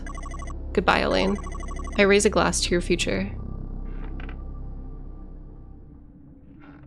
My butt's clenched so hard right now. Oh my god. No, I think he was just greedy lexicog. He like said that he was talking to the guest and that he continued digging afterwards. Oh my fucking god. Oh, we're moving. Okay. Okay, I'm just infected. All right. Okay. Ow, ow, ow. Oh, there are traps. I see. Why are there traps? Riddle me this. Okay.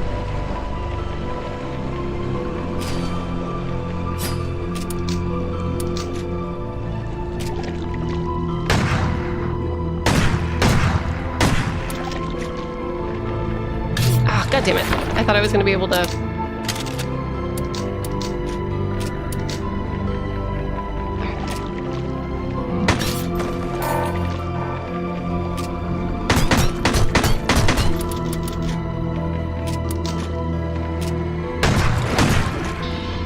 Yeah! Oh, he got me. He got me.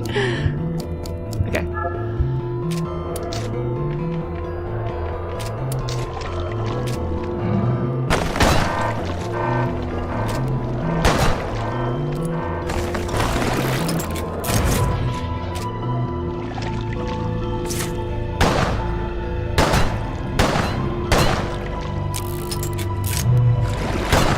Ow.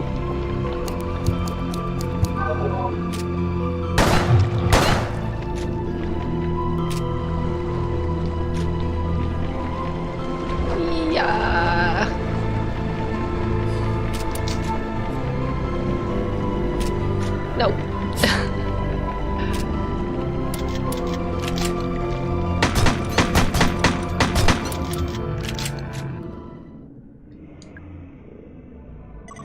Elaine, it's... Shut up. I don't want to know. Elaine, you promise. Kill me? Okay. Shit. Shit.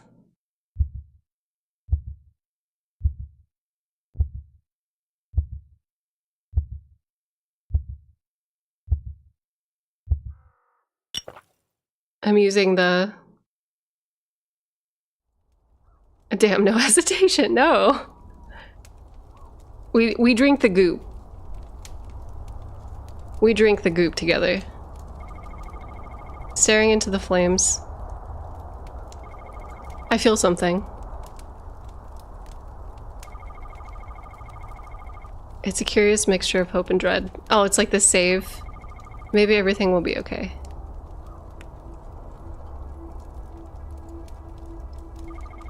And maybe it won't.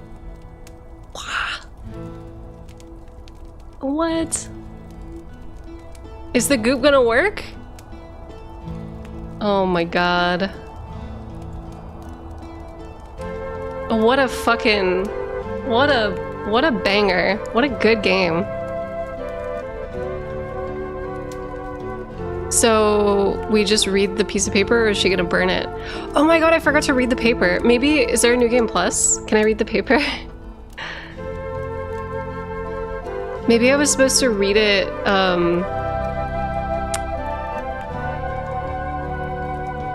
during the boss fight.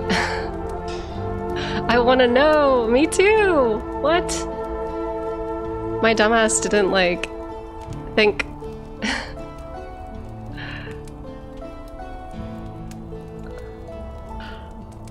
Oh my god. SFB Games, y'all cooked. That was amazing. That was like...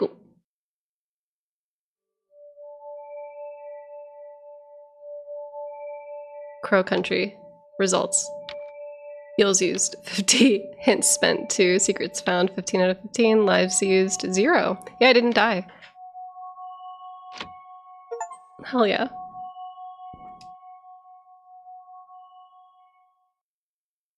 That was so good. Oh my goodness. Okay, wait. Crowbar, B rank. Grenade launcher? Oh, it has so much replayability. That's so cool. Crystal crows are hiding around Crow Country. Can you find them and shoot them all? What?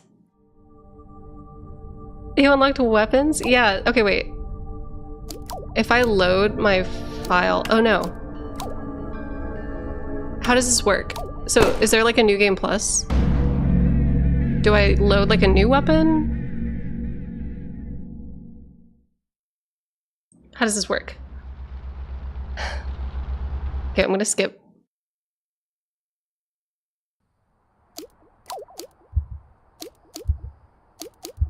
Ah, okay, wait. Bonus items?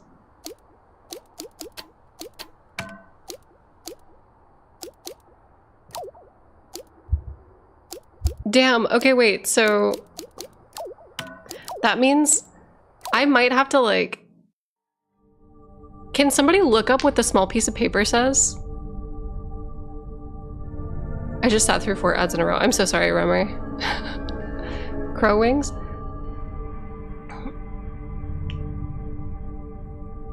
No, it's the Grenade launcher. It's like a rocket launcher.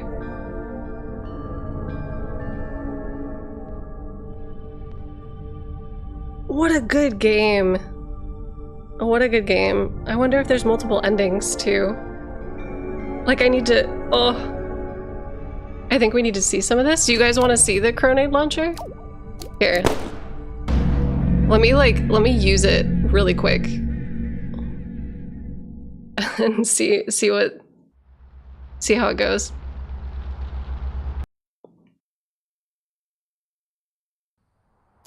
All right.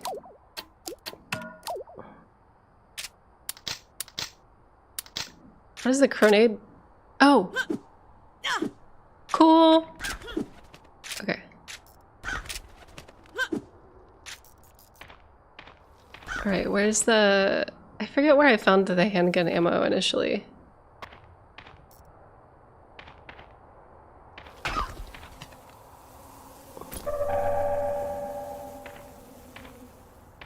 There's a third unlockable that's called Crow Wings. Oh, I didn't get it. Maybe it's like an S rank thing. Oh, hey, look. Can I not melee weapon them? No. Okay. Well, I think trunk of your car. I think what I'm gonna do... Actually, wait, hold on.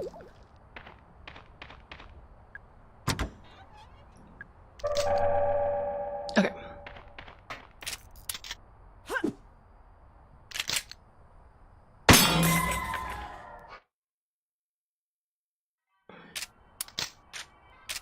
Is it like... It's infinite? It's infinite? Are you kidding me? Alright. Well, there's not gonna be any enemies for like a little bit. That's so good. That's so good. Okay. That being said, I think I'm going to take like a break and then I'm gonna go eat. And then we'll be back and I'll do some Elden Ring. Does that sound good? This is like the infinite minigun and rocket launcher in Resident Evil 2 that you get when you clear the game. 100%. 100%. My favorite like new game plus weapon in any survival horror in Silent Hill 3, there's like the sexy beam, but there's also a lightsaber. That's really good. But yeah, okay, let me figure out food and like figure out what I'm doing. I'll be back. We'll do Elden Ring. We play Elden Ring, yeah.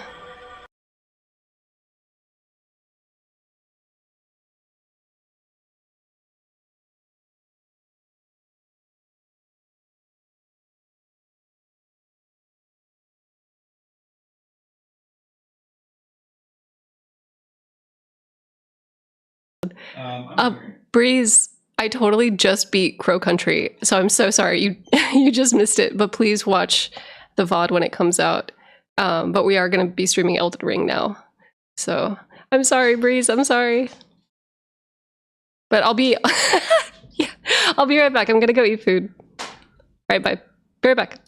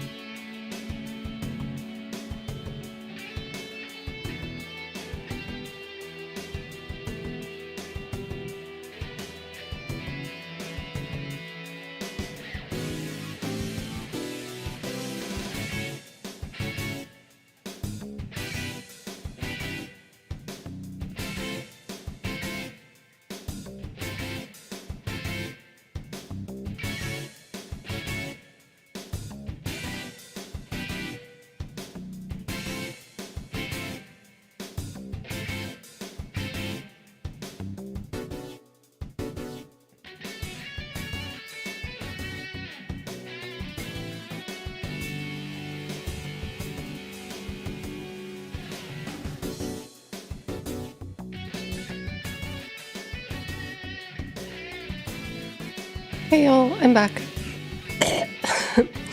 I have cheese breath. I have like the snot crispies. I'm gonna get Elden Ring set up on my console. Give me like 2 or 3 minutes. Also, hello. Let me also change the category. Let's see.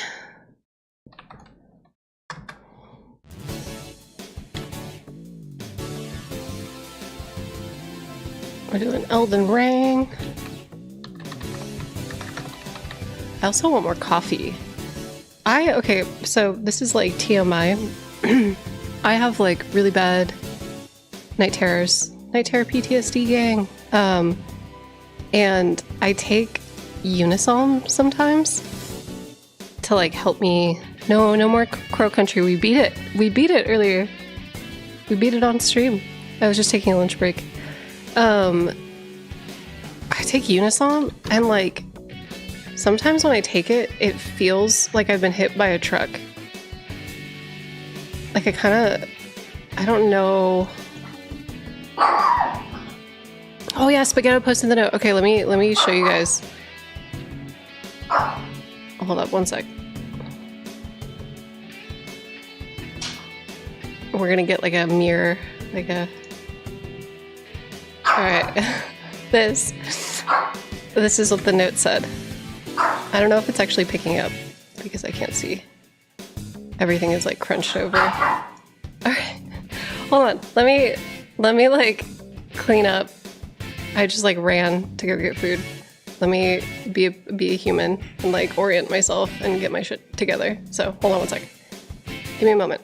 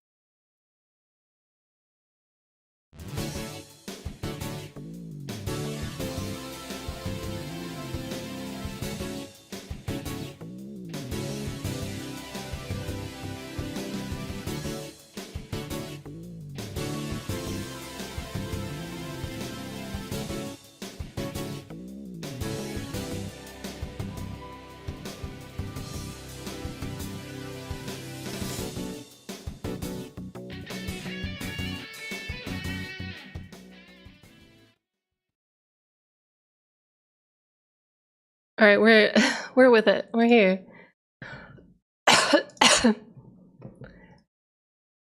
I just realized I might not be able to like see. We'll see.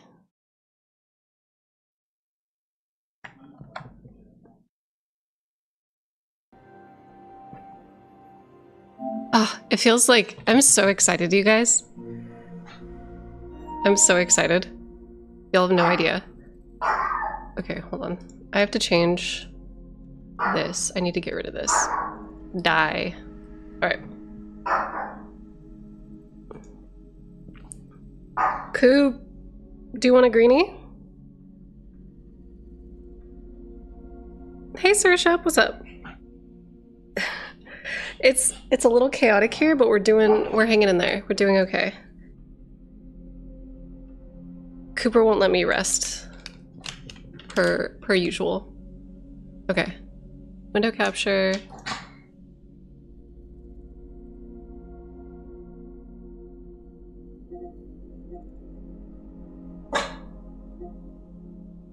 Sorry I have to do this like while I'm live. Ideally that would not be the strat. Why? What do you want? What do you want? Come here. Come on. What up? Okay. Cooper's tormenting me right now. I'm sorry, everybody.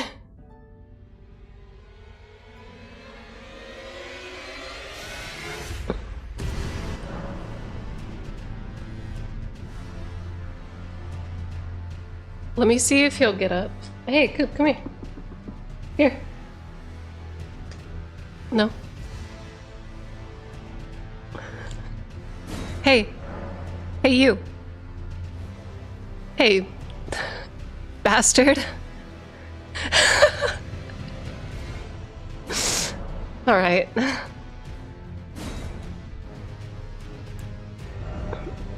Okay, so this is so exciting, by the way.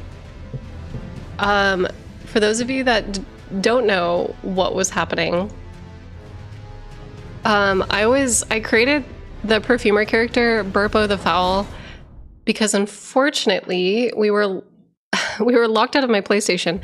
So for those of you who like use Elgato capture cards, occasionally, oh my god, we should walk through like all the different characters, by the way. So for Elgato capture cards, they require you to turn off a setting in your PlayStation console to be able to like do any kind of capturing, which is like insane. But I guess there was a PlayStation update that reset a setting on my PlayStation. And when it did that back at the old house that I lived in, I straight up thought my capture card died. I don't have good luck with Elgato capture cards. I've gone through 4 in my entire career of like YouTube and Twitch. They've lived, they've died. And this one I was doing everything, like I was refusing to get a new one. So I was like, I replaced the HDMI cables, I replaced the USB-C cable, I replaced everything. I double checked all my ports. Like I was like fully like, maybe there's a dead port on in my computer. Like I don't know what the fuck is going on. And I was like pretty set on it being dead. And this morning I was like, no, you know what? I'm actually gonna like get in there and like try again. And I double checked the like setting on the PlayStation side, and sure enough, it was like re-enabled, the thing that like blocks you from being able to. It fucking sucked. So the next thing on my like agenda of shit I have to do is I have to like get my better quality camera set up.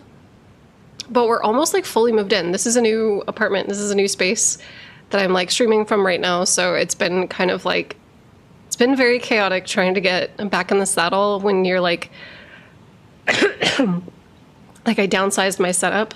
So I wasn't sure how much shit I could have on this desk because it's like 1/3 the size of my previous desk. Like it's been a whole thing. So it feels good to finally get some of the hardware back in order.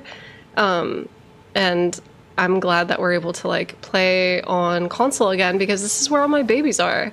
So this character that I'm playing right now is both like occult blood damage, which is why I have the white mask on, because that gives me a buff. Although I need the Lord of Blood's exaltation, so I might go to Landell Capital to do the catacombs, because I think that's where you get it. But this is my dragonborn baby. This is my dragon baby, and I love this character very much. I love the dragon breath attacks very much in this game. It's very cool. It's kind of one note. Like, I think some people will think that they're quite boring because like the attack animations are the same across all of them, but it does feel good to have like an arsenal of different types of damage and different types of status effects. So I have ice, but then like, for example, if I'm fighting against something that's immune to frostbite, I have the glintstone breath. I kind of fucked up this build on game 1, unfortunately, because there is a talisman called, it's the magic scorpion charm that you're supposed to get from Sylvanas, and I fucked that quest line up. And he like went, Pitia got attacked and he went inactive. So fuck me, I guess. But I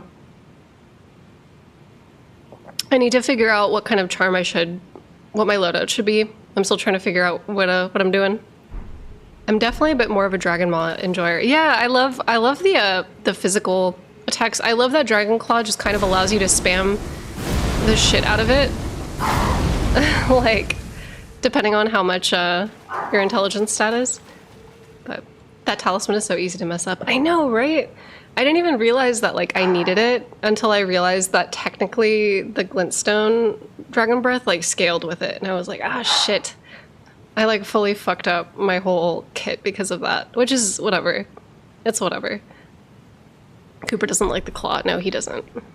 Yo, Machine Girl shirt, hell yeah. Yes! I love them. Go check out the Freak manga project that's happening with Daisato. Go check it out.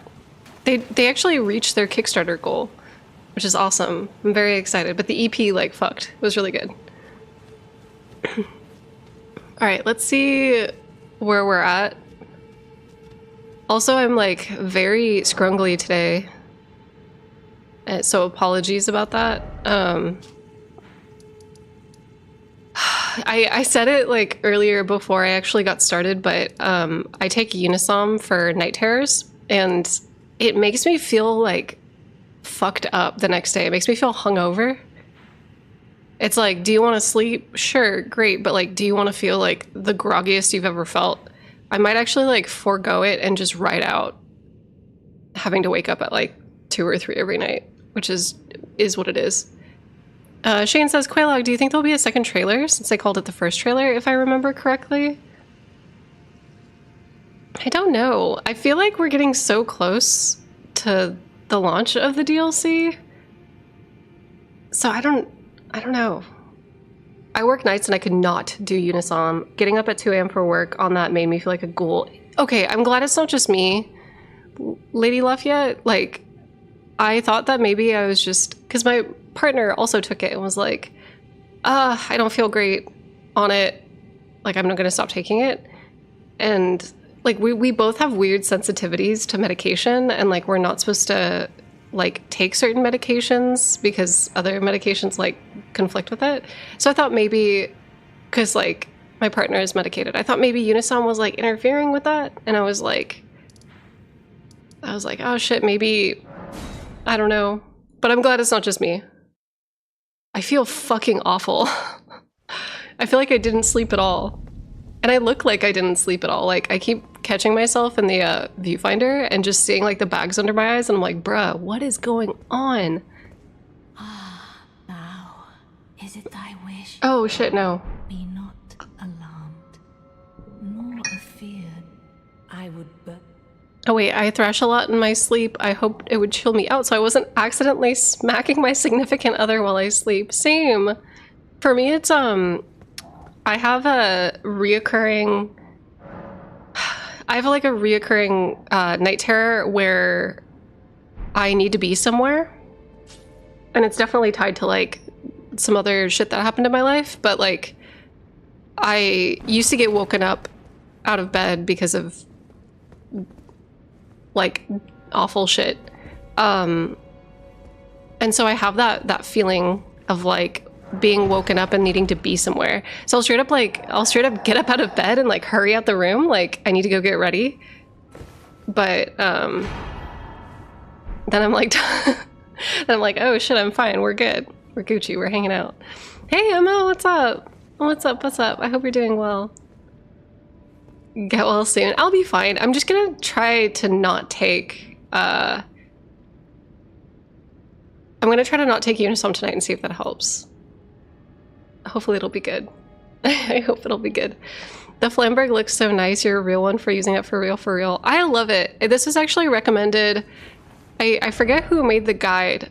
I found a dragon build guide because I don't really struggle so much with figuring out how to fine-tune magic and incantations, but what I do struggle with is trying to like do that while figuring out the most optimal weapon. I feel like that's like another layer of complexity that I'm not quite ready for yet. Or that I like my brain can't calculate.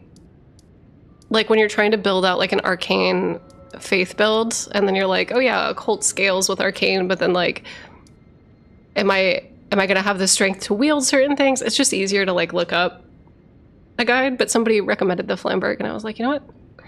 We're gonna try it. And I love it. It's sick. It has awesome bleed buildup, which is great. And then I also have like the bleed, what is it? The hat that I'm wearing is slightly raises attack power when there's blood loss nearby. There's the seppuku, the stabby, the self-stabby one, like weapon art that I might get for this guy. So I don't know, we'll see. We'll figure it out. Yeah, bleed weapons synergize very well with arcane builds. Yes! Which is crazy. Like, I was thinking about it last night. There's not a Deathblight dragon or, like, a bleed dragon. So I always thought, like, it's pretty cool to have, like, this full range of status effects. Like, draconic arcane builds are 100%, like, the status mages. Status effect mages. Okay, let's go back. I also have to go fight the Alabaster Lord that's down here. Actually, let's go do that. There's a few things in the Lake of Rot that I haven't completed yet. I fought yesterday when I was playing by myself. I fought the Dragonkin soldier that's out there. Well, there is a Deathblight dragon, but he doesn't give Deathblight abilities when you beat him, sad face. Yeah, exactly, the Lich dragon. Although there is Death Lightning, if that counts, kind of. I love Elden Ring, but I struggle with the skill and time commitment to play it. I really wish there was a chill monster photography mode for it. Technically, Map Crow, if you have the PC version, you could get free cam. There's a couple of like free cam mods that you can get where you can just like zoop around and take pictures of everything. But I do miss, that was the one thing that I did really love. So I know that we talk quite a bit on here about the Demon's Souls remake, and I know a lot of people were really bummed about the art direction, myself included. There were some things I really loved about it and some things I really didn't love about it, but one thing I did really love about it was the photography mode, and I really wish that Elden Ring had that, but I understand why. I mean, I don't know. There's ways that you can, like, maybe if you're in a multiplayer session, it like disables camera mode. That would be one way you could like manage that. I forgot how Blue Point dealt with it when they were, I don't know, like a Pokemon Snap version of Elden Ring. Yes, that would be the best. Or you could be a little freak like me and invade people just to take pictures of enemies on console. Wait, I forget, can you see, on console, can you see the names of characters of people that invade you? I forget, because you could literally just name your guy, photographer, and then just walk around with your little eyeglass. But I forget if, on console, if it's like, if it's, yep, I did that on stream. Okay, good. Good, Bree. Bree's already on it. I missed that stream. I need to look for it if it's in a VOD anywhere. Hungry Boy says, you go on a little ride in each area taking pictures of monsters? Oh my goodness, yeah. Honestly, these guys, the basilisks, are my favorite monster in the Soulsborne games. Like, one of my favorite monsters. And I've thought about getting one tattooed on me somewhere because I love them so dearly. They're like one of the greatest of all time. I love them. I forget, how do I get to that? I'm just gonna go up the stairs. I'm trying to remember how to get to that Alabaster Lord. I also don't have boluses. I don't have the ability to make any either, so we're just gonna have to play the waiting game. So you guys entertain me, please. Entertain me, ask me questions. Let's do a Q&A while we wait for my rot buildup to go away. Basilisk redesign in this game might be the best. I agree. I love their fish fins. Yeah. The fins look so good. Yes, and I love that Godwin has them. Like, Godwin has the basilisk hands and like fins. Tattoo it on your face, the big eyes or your eyes. Stop.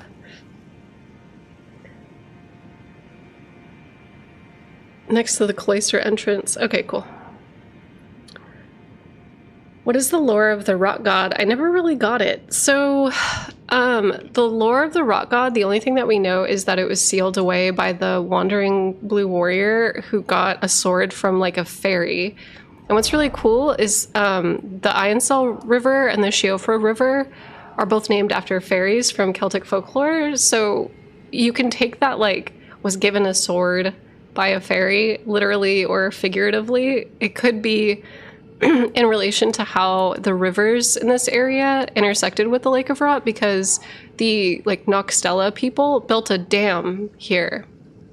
So this could quite literally be the sword, hypothetically. Like, you know, it could be a metaphor, I don't know, but it's very clear that the Noxtella have like a myth about the god of Rot.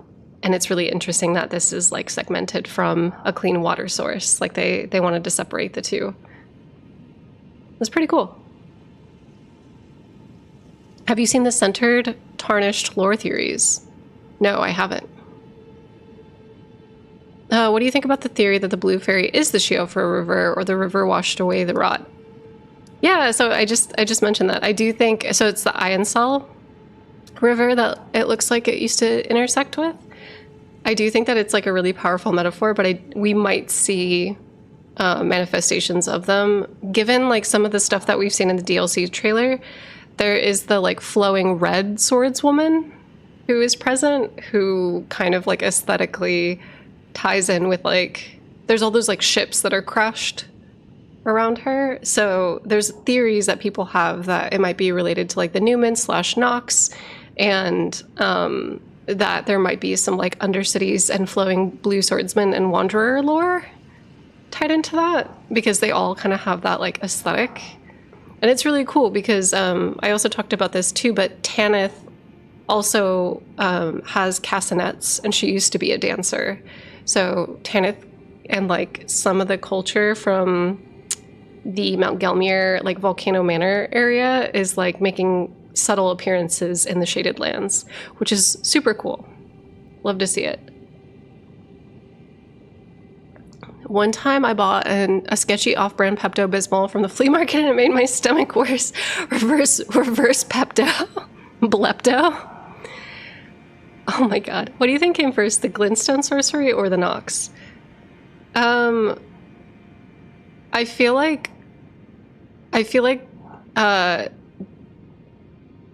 Glintstone sorcery seems kind of different than like the Celia sorcery, but they have like, it seems like they have some overlap, given like the Carrion royal family sigil resembles the Celia sigil. The only difference is that the Celia sigil has like the big stone thrones that are down from this area. So I don't know.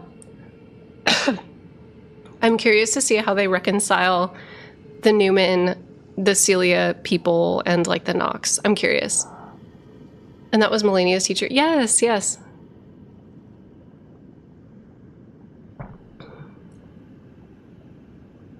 Can you explain to the best of your knowledge what the Night of the Black Knives was? So Ronnie tells you that she was like the one who orchestrated the Night of the Black Knives, so she somehow knew the Black Knife assassins, and it's uncertain how she knew them. That's not really explained, but we do know that Queen Marika is also affiliated with them in some way, but that also isn't explained on. So I think that there's certain things that are left ambiguous, or that we don't have like all the pieces of information for, and like the best we can do is guess. But I think that a lot of that is going to be touched on potentially maybe in the DLC, because we are kind of going back to an era of we know that it is like a separate land and that it exists on the same timeline, but it kind of seems like because it was isolated back during like a certain event, that like culturally there might be some like remnants of some shit that we're gonna get into. 4 ads again. What did I do? I'm sorry, Rimmer. I don't know why Twitch hates you. I'm sorry. I'm also streaming on YouTube right now, if that helps at all. Also, I seldom ask people to subscribe to me, because that's just like, I don't know. I feel goofy. I feel goofy as hell. I don't feel like this is a real job sometimes. But I don't do like many sponsorships either. So I'm, you know, I have just like a very weird philosophy of being a content creator. I just like to talk to you guys about video game lore is like what my prerogative is, I guess. I don't know. But if you guys subscribe to me using like not Twitch Prime, using the not Bezos bucks, using just like a regular subscription, it can actually help me get Partner Plus, which would allow me to keep more of my ad revenue, and Twitch would, because I think right now, isn't it like a 50-50 split, or doesn't...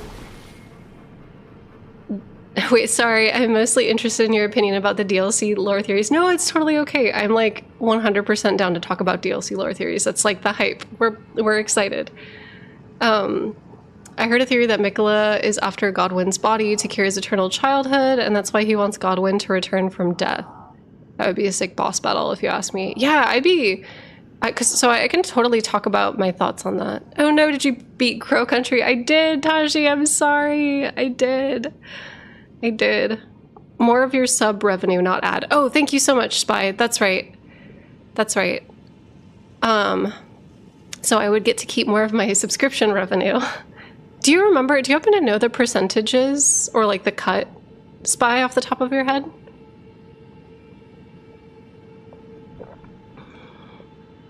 If you recall. I want to break it down so that way people know where their money is going to. Because I feel like that's also important. Like, ooh, that was close. Okay, so currently my subscription revenue is 50-50, but then if I get Partner Plus, so I am a partner right now, Mr. Mars. I am a partner right now, but currently, like when people first get partner, they get 50-50 ad revenue, so 50% of the subscription goes to Twitch. But Partner Plus makes it so that way I get 70% and then Twitch gets 30%. Is like the... I mean, that's like significant. I know that you might feel that's not much more, but that's significant. That's huge. 70-30 is like fucking massive compared to 50-50. But yeah, it's like a very, very... Okay, wait, I'm not gonna make it. But yeah, thank you so much for letting me talk about that though, guys. Once again, like, you being able to do this allows me to like make lore videos and like stream this content with you, and all that other stuff.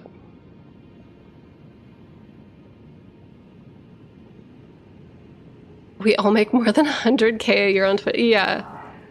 I'm like out here making peanuts and I'm just like, please, please let me see, like,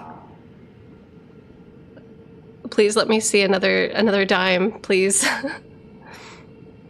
But yeah, let me talk about how much of a cut does YouTube take.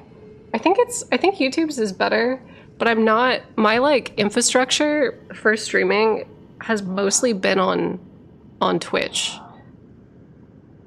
It's complicated. I can like break it down and talk about it, but I kind of want to like, I want to transition back into talking about lore, if that's okay. But YouTube is better. I just like historically have always streamed on Twitch, and so I kind of have all like my emotes and like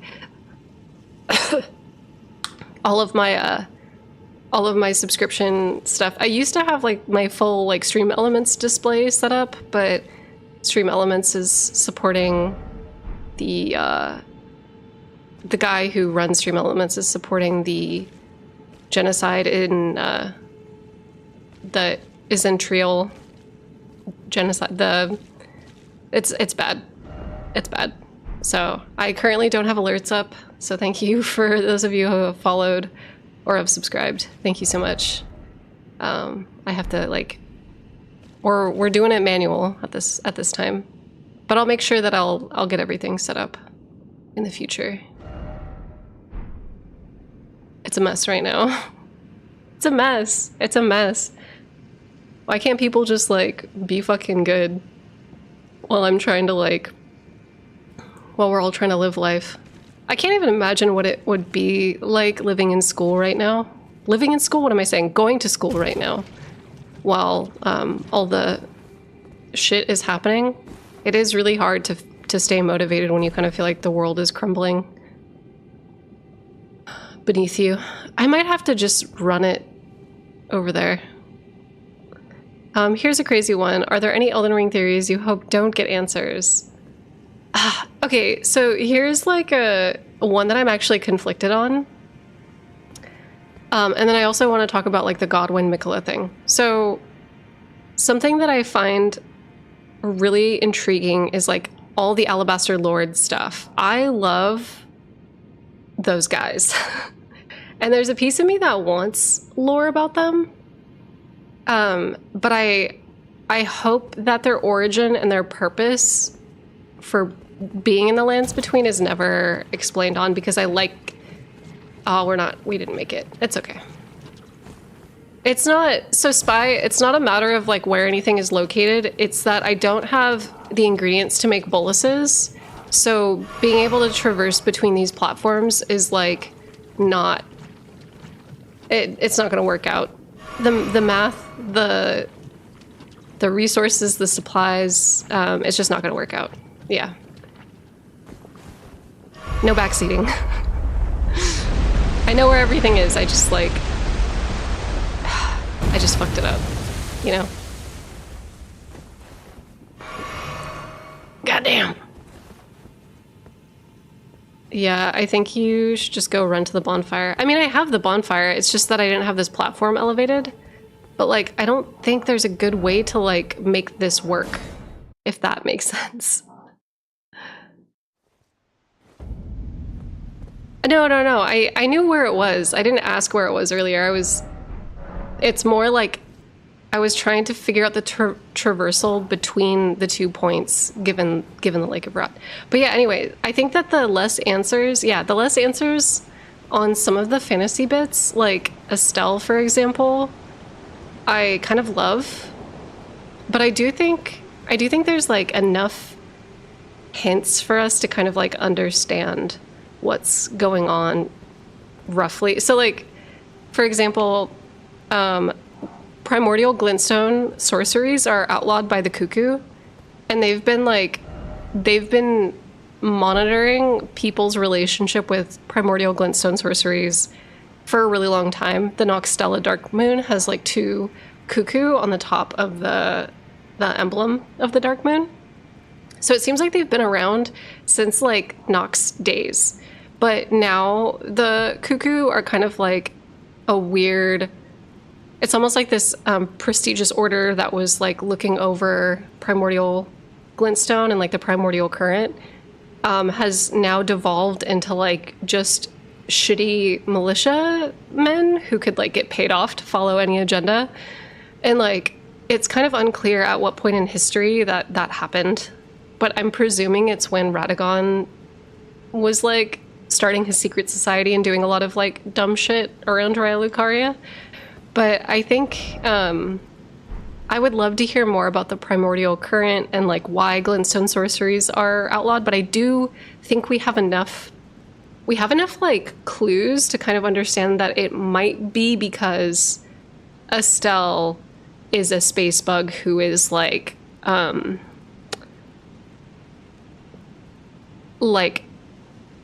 entranced by that, like kind of like a moth to flame. Like, I kind of have this theory that why are the cuckoo outlawing primordial glintstone? So in if you read I wonder if I have a tabard on me actually. There's the cuckoo surcoat that talks about, no, I don't have it on this character, that talks about how the cuckoo were watching over the primordial current. And then we kind of learn about the primordial current and primordial glintstone magic via Selene, and this kind of magic is seen as like heretical and looked down on. So being able to take your soul out of your body and putting it into another vessel or like moving it around, not dying, and not allowing your physical body, or rather like your spirit, to pass on is seen as like heretical. And I kind of wonder if this magic is heretical because it drew the attention of Estelle, or if creating the Dark Moon drew the attention of Estelle, or if creating the Finger Slayer blade drew the attack. Like, I kind of wonder if the types of magic that the Undercities were getting involved in were seen as heretical or outlawed because they had like a negative consequence. And that's why those boundaries are put in place. Like, I want to learn about the magic law and like where the magic law came from. Does that make sense to y'all? Like, I know that there's people who are just joining us that are like, what did I walk into? But hi, is the lands between a ley line and something? Why is everyone converging there? Yeah, I definitely think that the divine towers are like sitting on ley lines. 100%. What's the difference between primordial glintstone sorceries and the normal ones? It has to do with the manipulation of souls. So like, primordial glintstone sorceries seem to be more similar to like almost the soul arts in Demon Souls. Like the manipulation of one's own soul. I also I like kind of wonder too, I don't think I'm gonna be able to make this, y'all. Oh, this sucks. Yeah, I might need to get more crafting items to be able to like fight the Alabaster Lord down here. Bummer. Bummer. It's not. Oh, I think I ran past it. But yeah, I don't know. I'm gonna die here. We'll come back.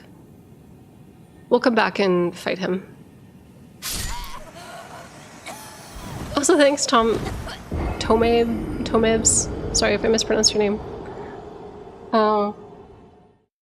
I wonder if the Star Scourge conflict changed any of the cultural attitude towards the primeval currents. Yeah, because like if you think about it, oh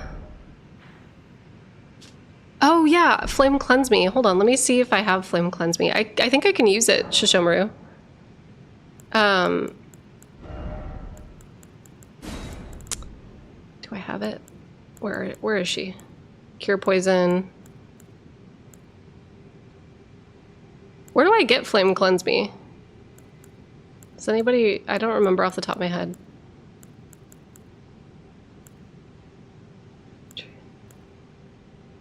You should have the stats for it if you've got it. Yeah.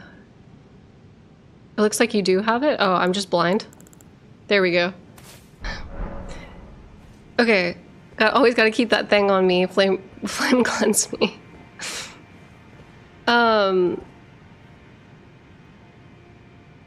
Alright.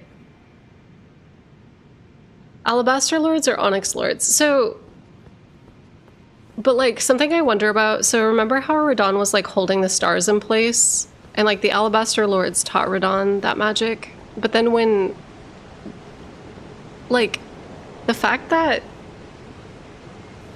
Estelle's previous forms are called like the Falling Star beasts, I just kind of wonder. I wonder about the implications for that. I don't know. Okay, let's do it to it.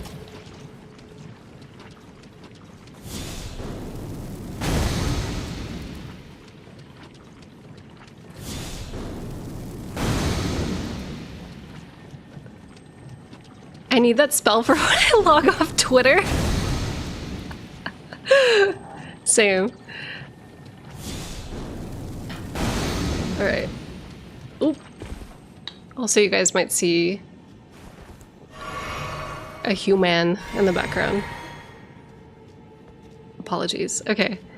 Hi, any thoughts on how the is under Raya Lucaria? Wait, how, is the lake falling because of the rot underneath? Here, yeah, Machine Girl, nice, yes. Damn, I didn't realize I had so many Machine Girl fans. Followers. Hell yeah, everybody. Good job. Big on human. Alright, so like, do you guys see that? Well, let me pull out my...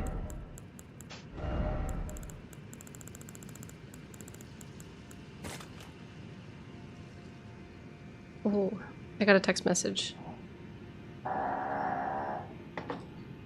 Man, today is like spam. Okay, wait. Sorry, grammar, I suck. No, it's okay, it's okay. Yeah, Raya Lucaria seems to be somewhat above the Laker rot. Seems to be somewhat above... Yeah, so, something that I always found really, like, interesting about the Lake of Rot and Raya Lucaria is that Raya Lucaria is sitting on, like, the crystal caves. Sitting on a crystal cave where there's a lot of Crystallians? I don't fucking remember what their name is. But there's also these, like, big-ass dark purple glintstones that are, like, literally underneath the academy. So the academy's right here. Right underneath this is this big pillar of stone where there's like all this, what looks like primordial glintstone.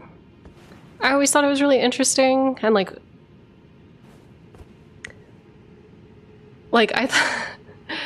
I've always wondered if that is the reason why Raya Lucaria, like you're able to create ley lines on it, if that has something to do with it. I've always just wondered. And then I wonder if we're gonna get so with we saw that NPC that is in the Cuckoo Church, what looks like I wonder if in the DLC we're also going to get some lore about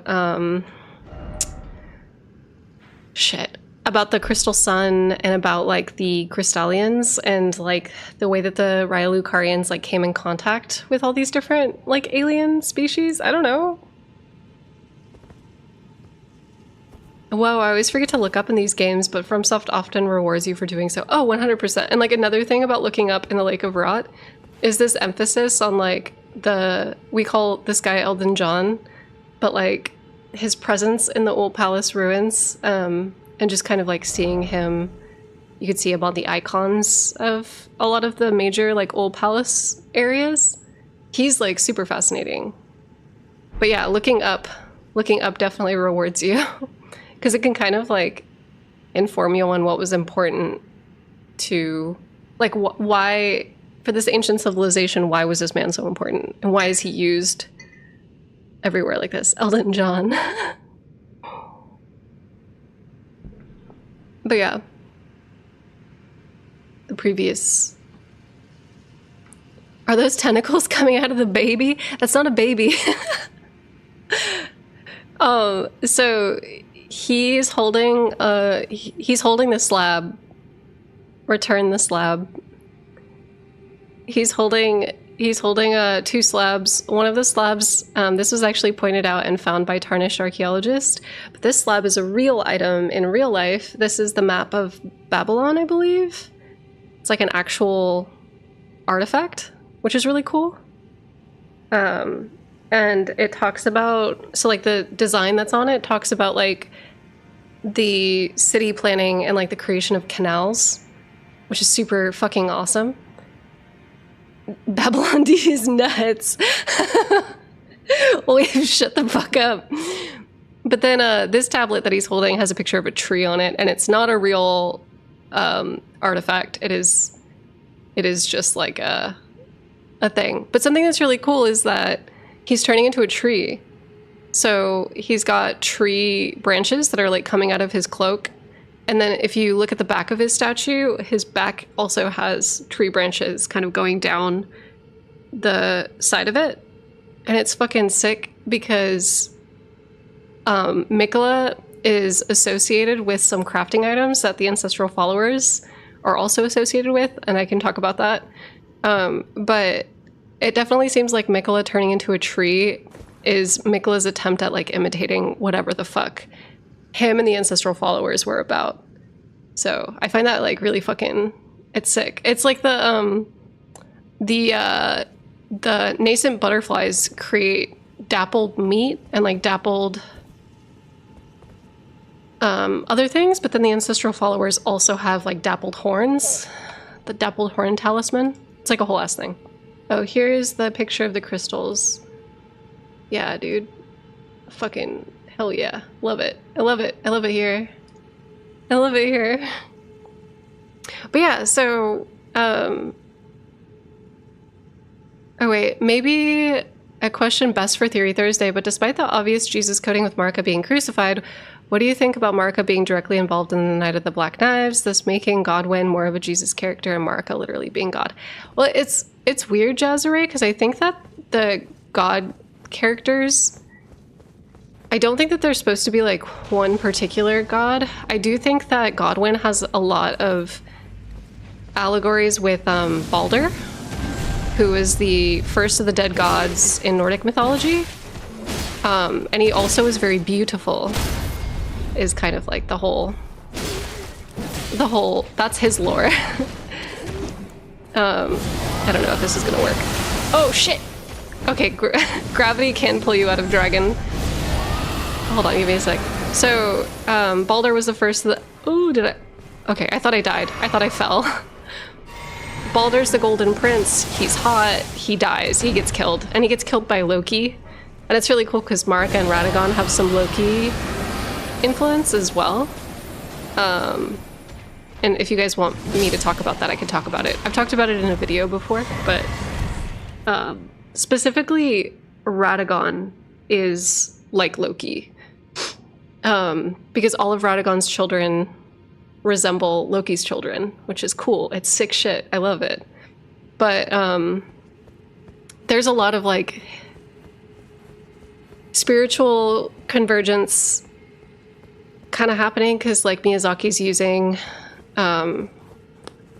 he's using comparative mythology and like the monomyth to tell this story, but he's like saying something else in addition to using it, which is pretty cool. But in regard to like the hanged man imagery and like Godwyn being hanged and impaled on a tree, that imagery, so like obviously there are crucifixes that were specific to like the Romans, but there's this like spiritual icon or the spiritual symbolism related to the hanged man, which predates a lot of Christianity, like Christian spiritual images. And a lot of it has to do, there's like multiple stories. It's not just Nordic mythology, but it's also Celtic mythology and a few others where a man will hang himself or stab himself in penance and will sometimes wait for intuitive knowledge. It's kind of like this theme of needing to meditate, but it's done in a way where there's like discomfort. Men will literally do this. Yeah, men will literally be the hanged man. But it's this idea of I talked about this before. Also, big Cooper snorer. I'm sorry. I talked about this before, but there's the myth of Odin. When he hangs himself, he throws his eye into the river well to view the intuitive knowledge of like the Norns or the Fates, and to gain like wisdom and insight. And like you can find one of Marika's eyes in the river well, which is like fucking sick. It's such a good. There's so many like little. If you are like a mythology nut or like a history nut, and you study like, it's not just. I think the biggest trap I think that a lot of people fall in is they'll be well versed in one like mythology, one culture, or like one era of mythology, but like if you read a ton of mythology from like all different cultures and all different eras, you can kind of see that like this is almost like a kaleidoscope or like a what is it? Like a collage of like everything. And it's fucking awesome. I love it. It's great. Herodotus mode, yeah. Amalgamation, yes. Me when my only knowledge of mythology is Percy Jackson. Oh no. I thought the Cooper snore was in-game. Oh, that's just my boy. He's just being loud. Okay, so I got the Dragonkin Soldier and the Alabaster Lord.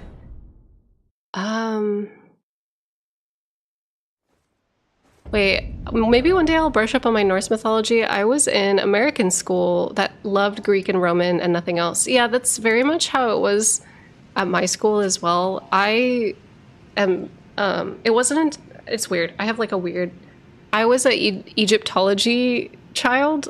I don't know if anyone else out there is like that, but like there was a point in elementary school where our teachers taught us about mummification rituals. And for some reason that like changed my life.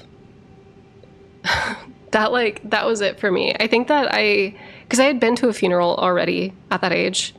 And I knew that people were buried in coffins, and I thought that it was like absolutely wild to me that, because they were like, you know, when they're teaching little kids about a different culture, they'll like romanticize or like emphasize or be like overly enthusiastic about something that's like shocking to kind of get you interested in it. And one of the ones was like, yeah, they like rip the brains out through the nose. And like as a little kid, you're just like, why would they do that? What the fuck? Like, why would they do that? That's so bisexual, non-binary of you, Quayla.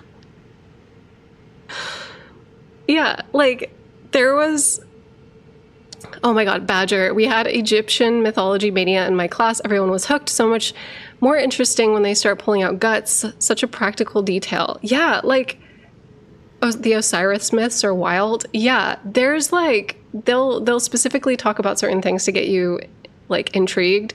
And I think as somebody that was like, okay, in the West we bury people in coffins and like that's it. But then in this other culture we're learning about like mummification and all this other stuff.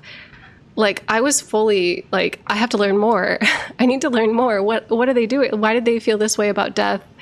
Like what are their attitudes about death? And I think that got me, like as a kid that was kind of like in the process of like trying to understand grief.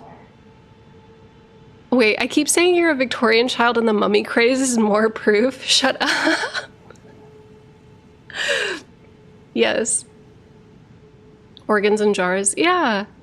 Are there Egyptian themes in Elden Ring? Yes, there are. So I talk about it in one of my videos specifically about Greca Interpretatio and how there was like a whole era of Greek mythology that reinterpreted and revised Egyptian mythology and Egyptian history. And like the Egyptian pantheon was then incorporated into parts of the Greek pantheon. So we talked about like Hermes Trismegistus and like a couple other entities. But I think one of my favorite references is the guardian watchdogs that are at the root bases are similar aesthetically to like Ra in his cat form. Hold on, let me pull this up for you guys. I actually don't know if you can see this. Hold on. So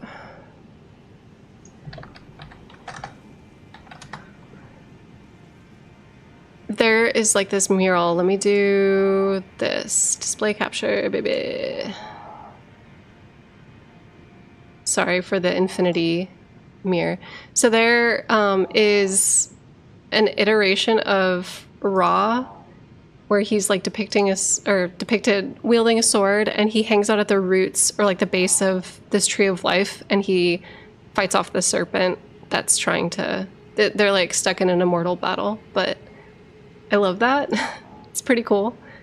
But the tree of life makes an appearance in like Greek mythology, Norse mythology, Egyptian mythology. It's really cool. It's everything. It's the transference of ideals. It's like, it's sick. I was at a museum last week and I overheard a field trip tour of middle schoolers, and the tour guide was talking somewhat graphically about pulling brains through noses. Yes, that is how you get them. That's how you get the kids. I think because, like I said, like when you hear about a practice that's so different than your own, I think that sometimes you wonder, like you have a mixture of emotions that are happening. Like one, you're like, ooh, like that's gross, what? But then there's another emotion of like, well, why are my practices different? And like whose practices are actually right? Or like, how do they come to understand death in such a way? How do they come to understand like burial practices in this way? There's definitely like a really interesting like line of questioning that takes you down, I feel like, when you're exposed to other spiritual practices. I remember because like one of my friends growing up was Muslim, and like just learning about like his life and his family and like the things they could and could not do. I think being exposed to like just different spiritualities like was really formative. I feel like this is very important. Does Rot have an outer god as well? Yeah, so I'm assuming so. We have like I think I just picked it up last night too. Fashioned from a great scorpion's tail, glistening with scarlet rot, a ceremonial tool used by heretics, crafted from the relic of a sealed outer god. So that should answer your question. Marika's executioner's sword still OP with the right talismans. I actually don't know. I was actually talking about this like a couple streams ago, where I haven't been keeping up with any of the patch notes, and so I don't know what things have been tuned or like untuned. You're definitely missing out on a lot if you're not exposed to different cultures growing up. Yeah, I think it makes processing life and death and purpose and labor very different when you kind of understand like different cultures, values, and categorizations, and the way that like language shapes our understanding of like the very foundations of reality. Like, it's crazy. Scribbly guy says, what kind of run is this? A lore run. No, we're doing a it's not really a challenge run. We're just chilling and talking about lore. I'm building out a character, getting ready for the DLC. It's just like a very chill, laid back stream. We're running a arcane draconic build right now. The Aztec Empire lives rent-free in my head. It's so interesting. Agreed, calming waters. In elementary school, we had a whole series, like from 3rd grade to 4th grade to 5th grade. You would cycle through Mayan, Aztec, and Incan belief systems and mythology and stuff, and I feel that was also very formative. Dennis says, hello, I can't stay for long, but I wanted to say thank you for all your videos. Still remember those awesome videos you did with the drawings and stuff. Wish you the best. Thank you. Oh my god, like an OG. Thank you so much. Are we in a post-Burpo era? Yes, we are, Tentacula. I got my console, I got my graphics card, or my capture card fixed.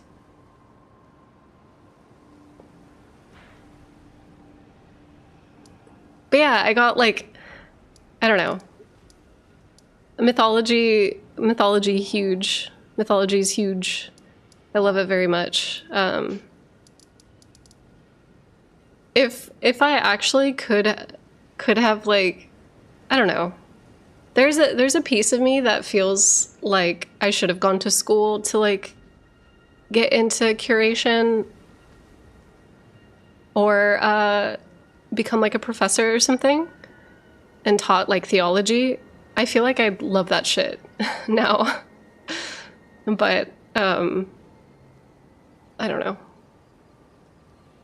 I wish I could go back in time, but I can't. And so here we are talking about religion and mythology on twitch.tv/YouTube. Huh, I thought it was the other way around with the scorpion stinger being the divine part. Yeah, isn't that what I said? Are you responding to somebody else?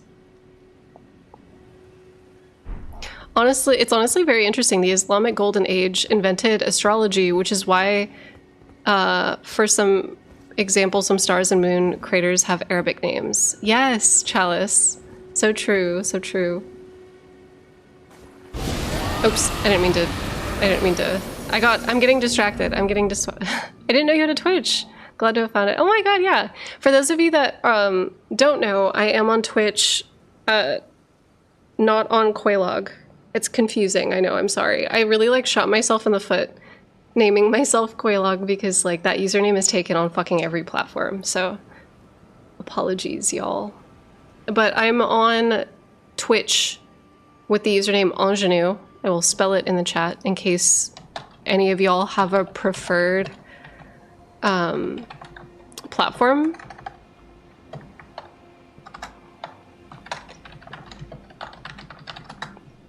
There.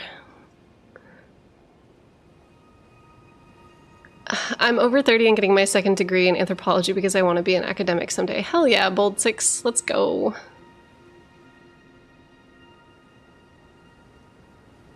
I genuinely think contextualizing history through story elements of a video game like Elden Ring is legitimately helpful. It's interesting too. I never would have guessed that's how you pronounce your Twitch username. Yeah, so the X is kind of like a red herring. It's just the word ingenue, like with an I. It's just the word. But a lot of people think it's like Chinese. And people are like, Jingshanu? Like, I'm just like, no. I also haven't checked in on Jarberg in like a hot minute, so let me do this really quick. Oh.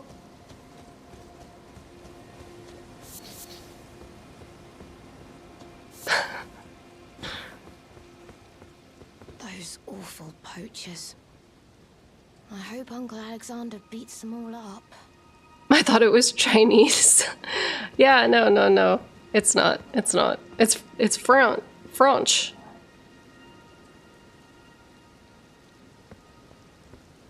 I saw someone refer to you as Shin and I didn't know if they thought it was a Chinese name. No, I think it's just easier to spell. Like, Ingenue is kind of cumbersome to spell. I also, like, the reason why I picked Ingenue for, like, Twitch is because I wasn't streaming on here. This is, like, such a complicated story. Both Twitch and YouTube, I wasn't intending to, like, actually be, like, a content creator. I never came out into this space, like, hoping for, like, any kind of, like, following, so I didn't really give a fuck about whether or not my name was, like, legible or not. And so then when, like, my channel actually started gaining traction, I was like, oh shit, okay. Quaylog was, like, 100% because I just love that character, and I was like, yeah. Did it for the love of the game, yeah, and then I'm just doing this full time now. So, wild shit.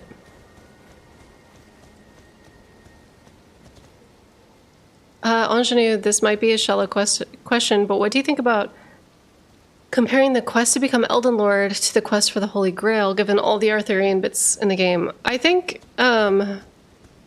Bisclavret, I actually, like... I do think that it is, like, really, like, Ark of the Covenant, in a way.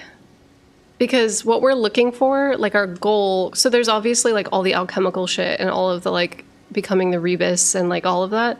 But at the end of the day, the Elden Ring itself is, like, is divine script. And there's a lot of different religions that, like, have divine script.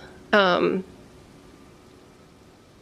do think that there's some, like, Dante's Inferno in there as well. It's, like, there's a lot. There's a lot of, like, religious and, like, spiritual stuff that have to do with finding all of that. Also, what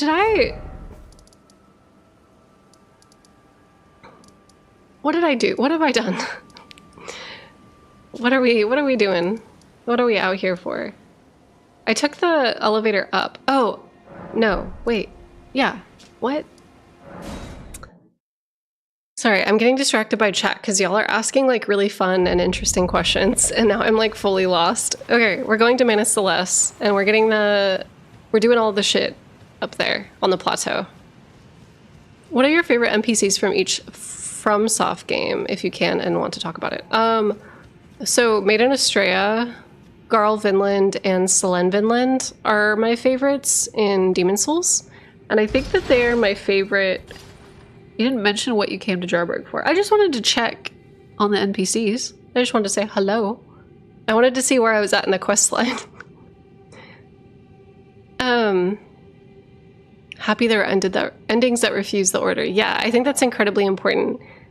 Because, like, so the reason why I feel that Miyazaki and George R.R. Martin focused on this much history from, like, ancient times to more, like, modern times, the reason why I think we're looking at spirituality in human history is because it's kind of like answering this question of, like, religion as a function within society, and, like, should you amend it, should you change it, or should you abandon it, break it, or should it be less significant in dictating people's day-to-day lives?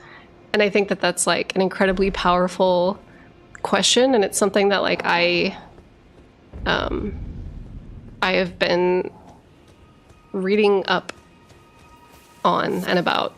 Like, I've been going through the whole,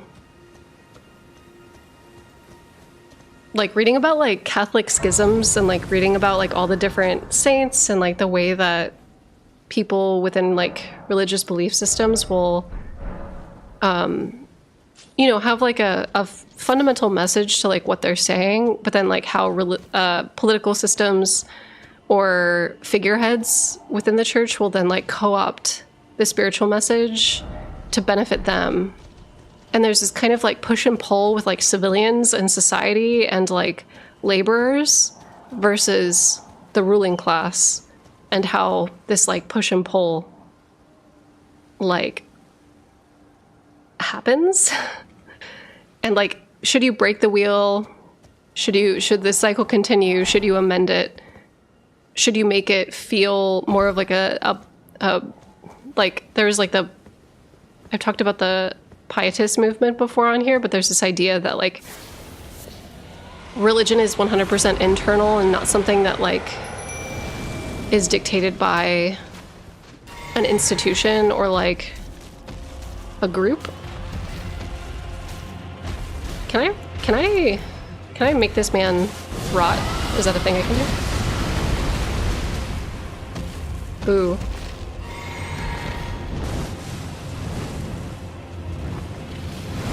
Oh shit, I didn't roll fast enough. I also realized I took Torrent off of my hotbar for some reason, which was a mistake.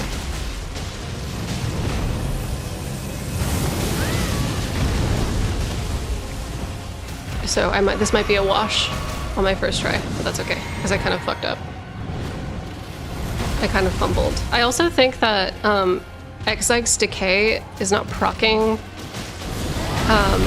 because I don't have enough mana to cast it more than one time. I think I should go back to Raw Breath.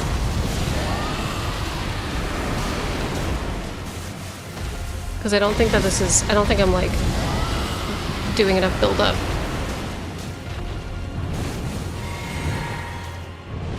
Is it on him? Okay, yeah, now it's on him.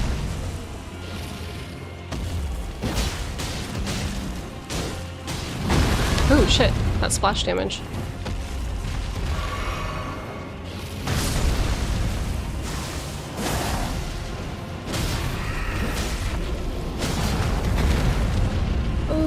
I'm not gonna make it.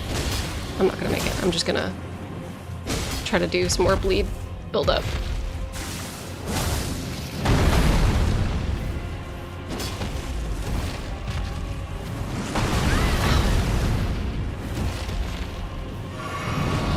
Oh, Torrent, I need you, Torrent. Torrent, where are you? Shit. Hold on. Okay, let me get Torrent back on my hotbar and fix everything. You used to be a behavioral therapist? Yes, I was. For like 6 years. XX decay slaps. It does. I just need more, shit. I need more mana, sorry.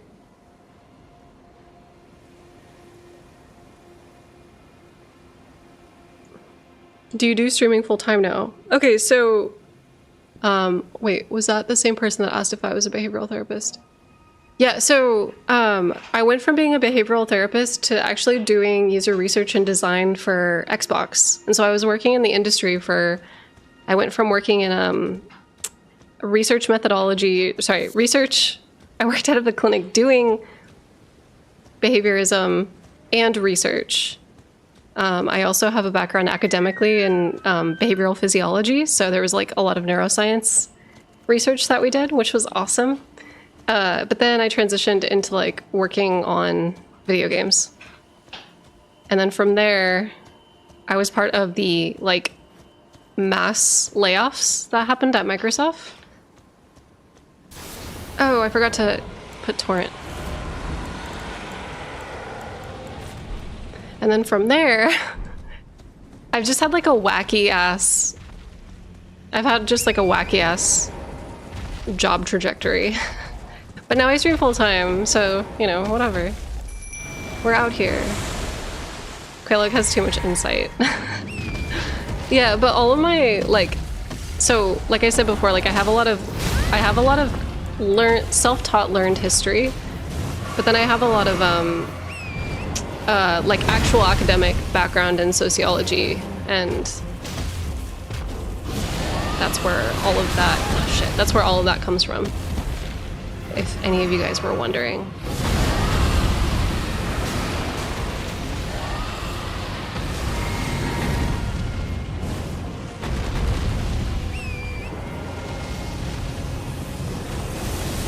Is it just me or is there a delay in the visuals? Do you mean like, is there stream lag? Or what do you mean? Ah, shit.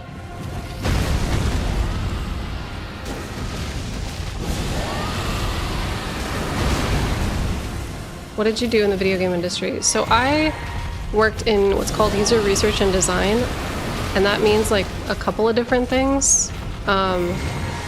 It's a part of the process of video game production, so you're more on like the planning and design side of things, as opposed to somebody who's actually doing the labor.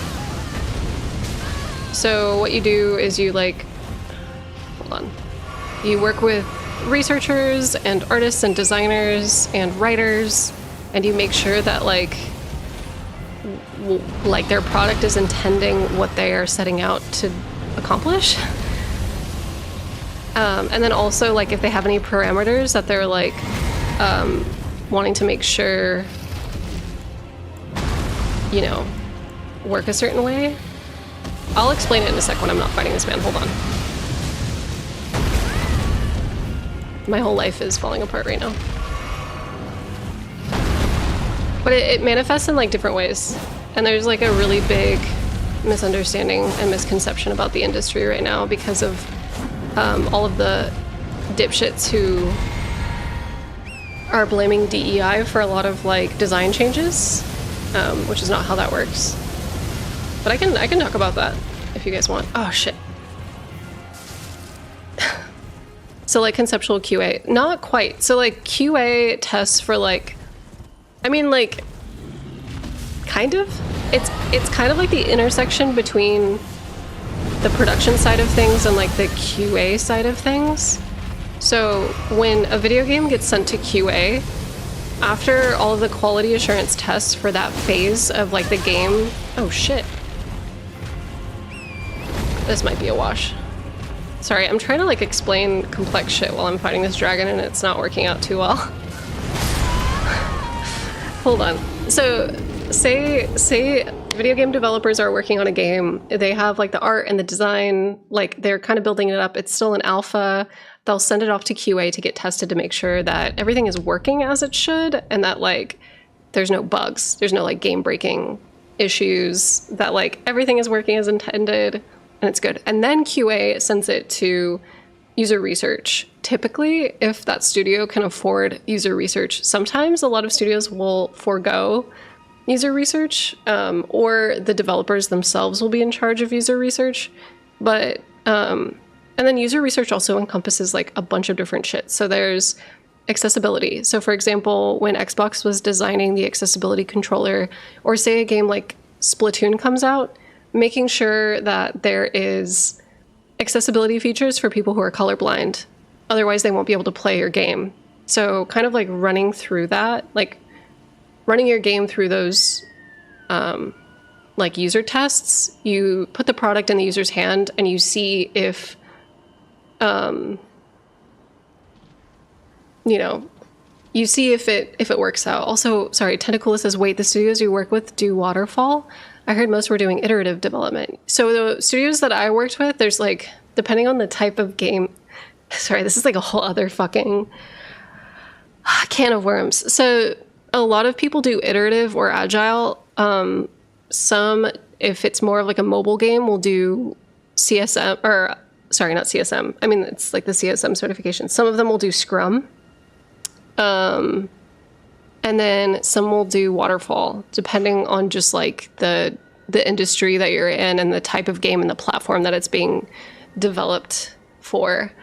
But yeah, so yeah, everyone is hating on accessibility and diversity is a lot. Yeah, because I think they assume that DEI groups are like, and DEI can fall under user experience.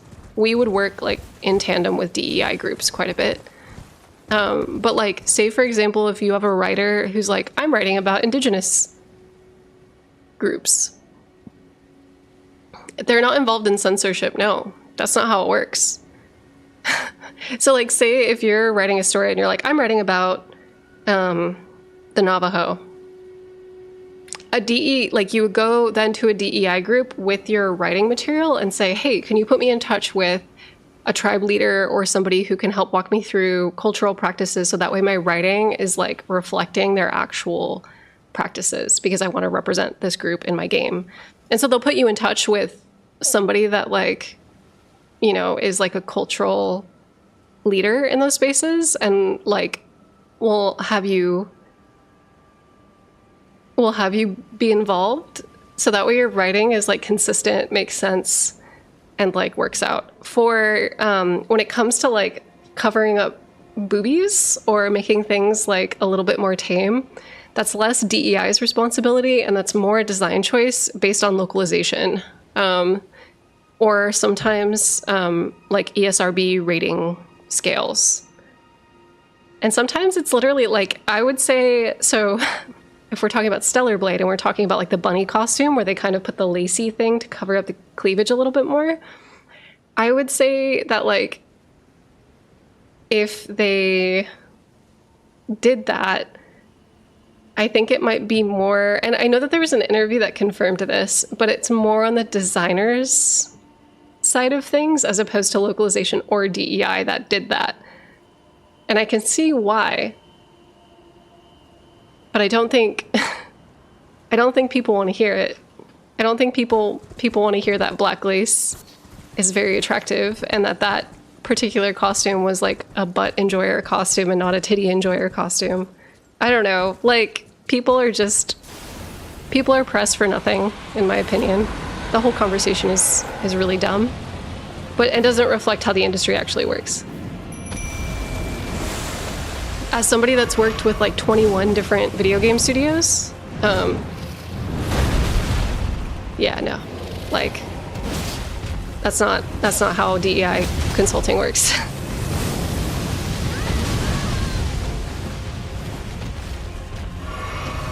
By the way, that black lace made the whole set even more sexy. That's what I'm saying. You gotta leave something up to the imagination a little bit, because y'all don't know anything.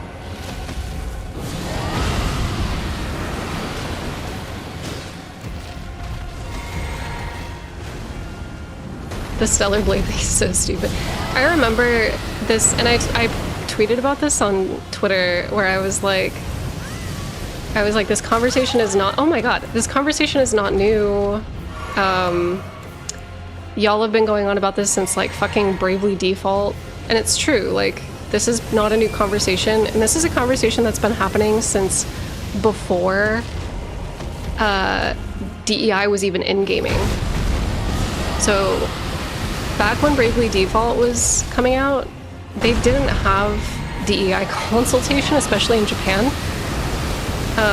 And so there were a lot of issues with Bravely Default's costumes. Like, for example, they had Native American headdress as like one of the costumes for your characters, who are like very clearly European inspired. So there was like some issues that localization ran into, because culturally, like, that sucks. But then also there are underage characters that are depicted in like bikinis and lingerie, and they had to censor that a little bit. And like on paper, you're like, yes, this makes sense, like for ratings, and also because like having like a 14-year-old or like 15-year-old depicted in like lingerie is not a good thing, and not something that a lot of that ESRB would like be happy with, you know? I don't know. The whole thing is just fucking stupid. Bravely Coachella. It was.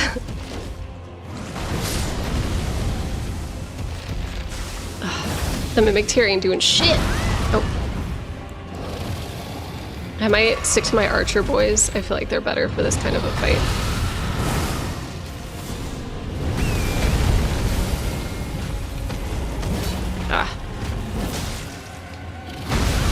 But yeah, I'm so sorry that I'm playing like dog shit. Explaining like the details of that is a lot, and it's kind of like a can of worms, because I think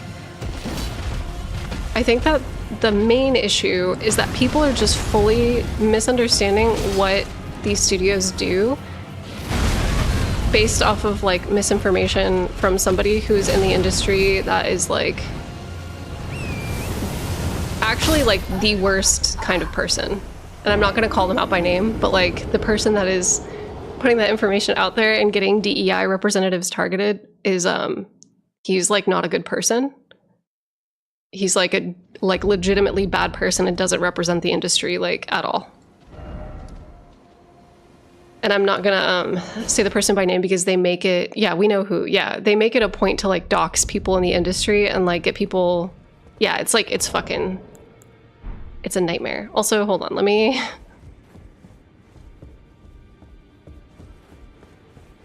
I'm here for the yaps. Oh, that guy, yeah. That person is actual trash. He's also a known scam artist, yes. Like, he's like... Something is, like, actually wrong with that person. But I'm not trying to, like, get entangled with his shit, but, like, at the same time... you know. Greet, are you here for... Good night, Tentacula. He takes credit for everything he considers positive happening, too. Yeah. It's fucking... heinous.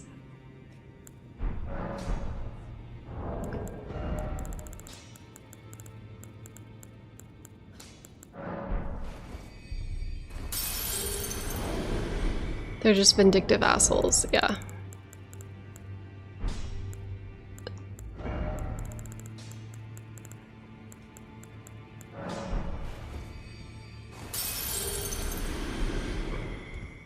Greetings, are you here for spirit?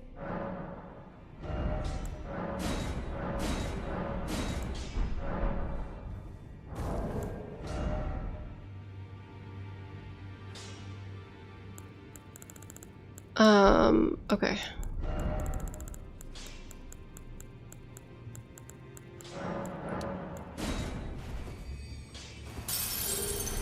Stay strong, quite log. Some people are simply maidenless. Truly, yeah, it's true. Truer shit has never been spoken. Okay.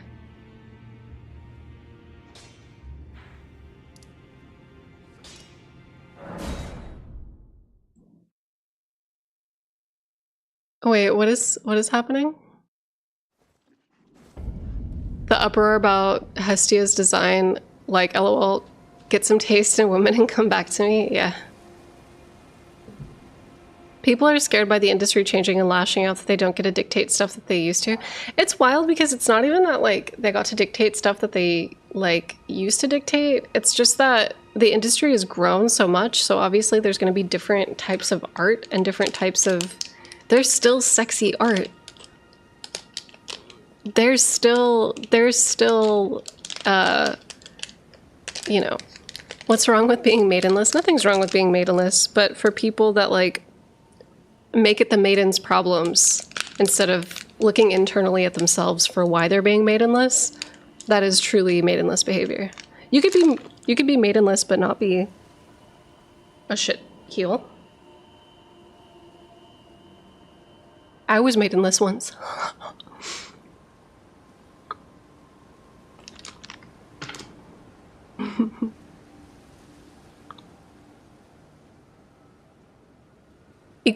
Equity feels like oppression when you have privilege.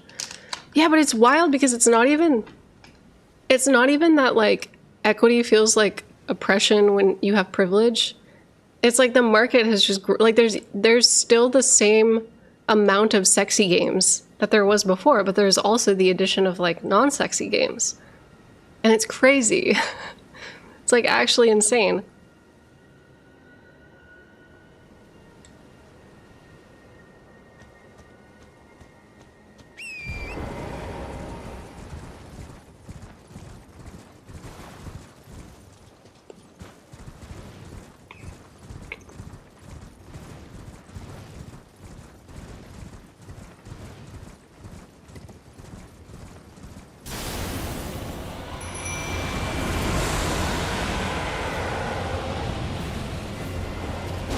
Like, if you want sexy shit, like, there's straight up a whole ass industry of porn that, like, just does video game characters. Like, are y'all fooling yourselves right now? Like, what's happening?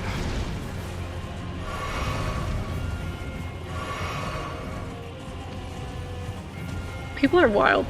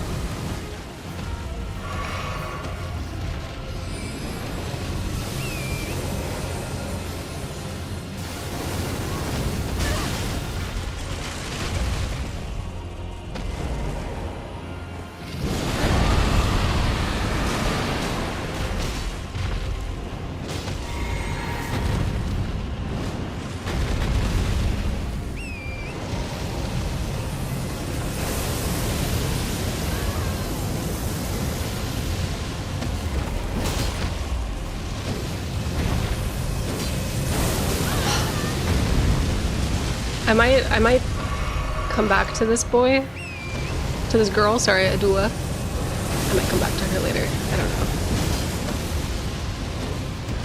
This is making it difficult for me to, like, to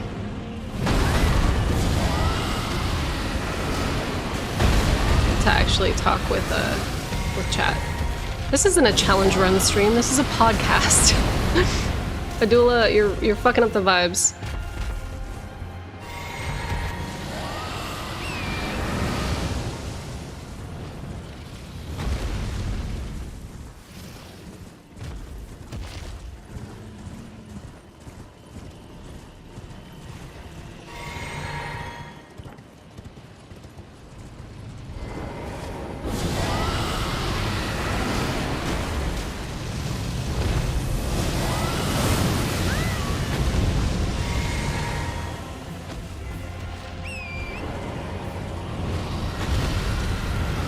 I think I do. I need to switch back to, like I said before, rot breath, or I need to increase my my MP, because this is like kind of nutty how long it's taking to proc.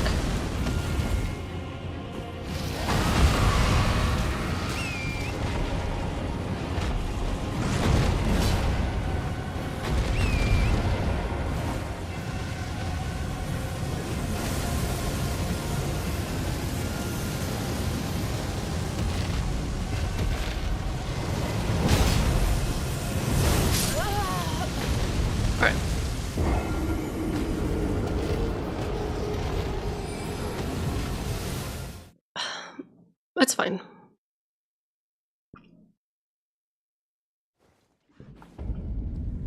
Yeah, we played Armored Core 6. I don't think it's an honest misunderstanding. Wait, I don't think it's an honest misunderstanding of DEI. I think DEI was their target and they tried to make any controversy about it. They were blaming Boeing on DEI? Yeah, well, I think they're just trying to find somebody to get mad at. And they think that because it says it stands for diversity, equity, and inclusion, that they like think it's the reason why things are being changed. But like, it's not.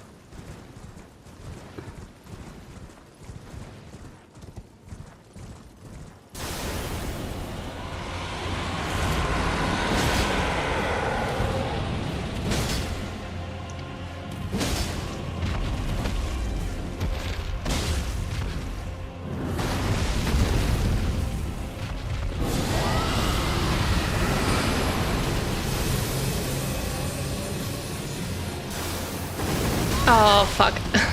I pressed the roll button too late on that one.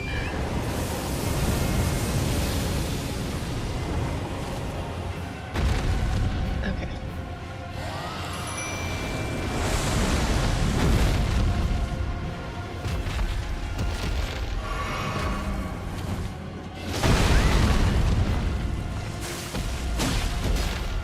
Oh, do I not have MP? No. Okay, good. Cool. Great.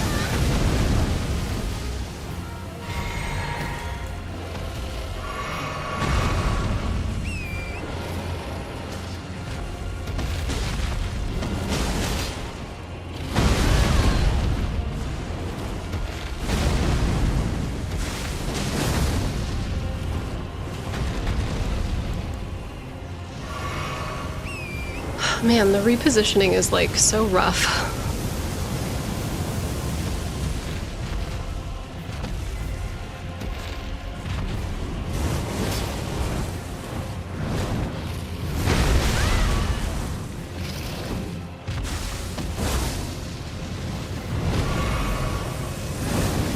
Hold on, let me kill myself. I'm gonna do one more run of this guy, or sorry, this lady. Hit me.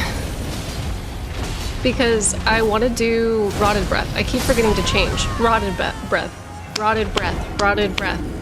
Change to Rotted Breath. Rotted Breath. Don't go fight her with the wrong thing. Change it. Change it. Change it to Rotted Breath. Real quick. Just real fast.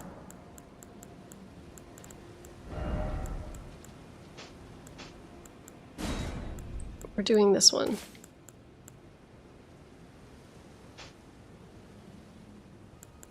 Okay.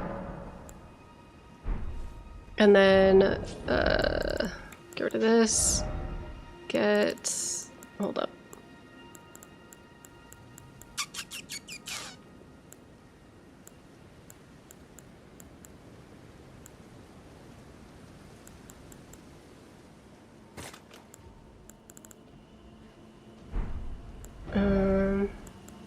Actually, wait.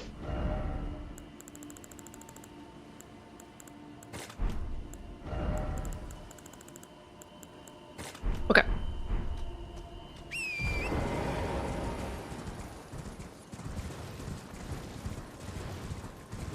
Oh yeah, I definitely want to play the Black Wukong game, for sure. So somebody was asking questions about Mikola. I will answer more lore questions in a sec. I'm sorry that I haven't been able to focus on that during this boss fight. It's not even hard, I just keep like... I keep making positioning mistakes because you have to reposition with the dragons like all the fucking time. It's heinous shit.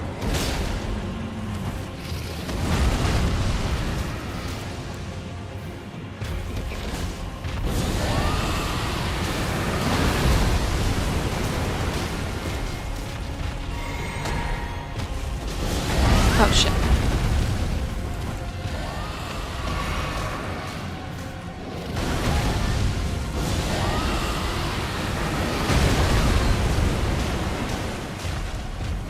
Okay.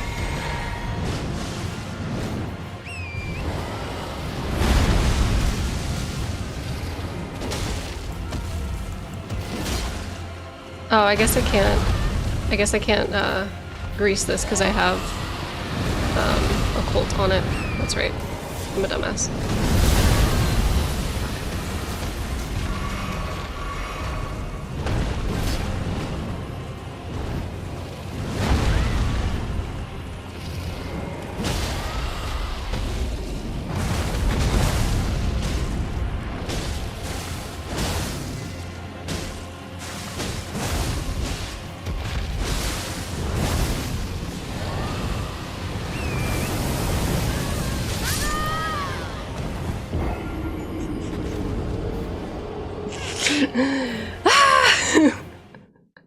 Okay.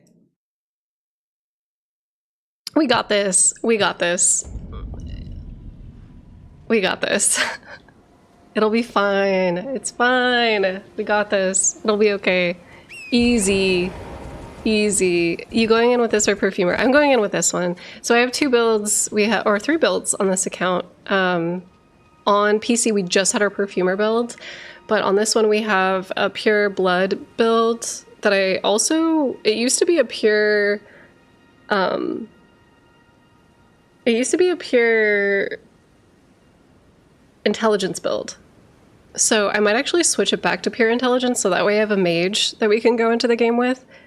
So we have Dragonborn build, Dragon Arcane, this is this one, pure mage, pure intelligence, and then a special ancestral follower build that some of the Twitch chat will probably recognize. Her name is She's my favorite. She's the best. She's pure barbarian. We have like a really weird criteria with that build. Like, you're not allowed to use anything with metal. You're only allowed to use wood and stone, and there can't be any gold, there can't be metal, there can't be anything. No metal rivets on the armor. Has to be all sticks and twigs. And she's like the most fun build that I've ever played with. It's really funny. Mango says, where did you get the sword you're using? Is it from the guy at the Radon Festival? Yeah, so you can actually get this sword when you go to the castle, Redmane. If you kind of like go up on the barracks, or what is it? Is that what it's called? The outer wall of the castle. There is like a pumpkin head guy that is guarding a dead body that has this sword. You could get it.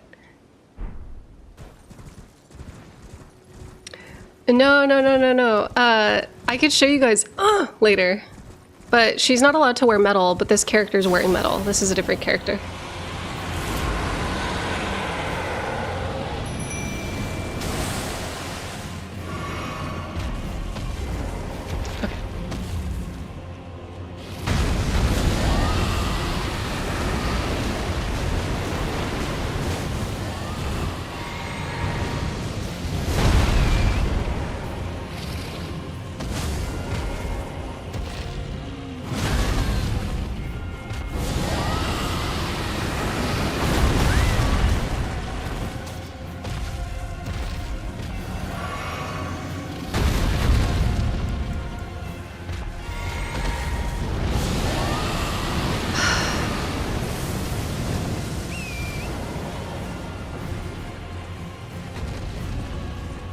I think this build's a wash, or not this build, this run, because I whiffed. I whiffed some dragon breath. That's gonna kind of put us out. I don't think that we're gonna be able to like do.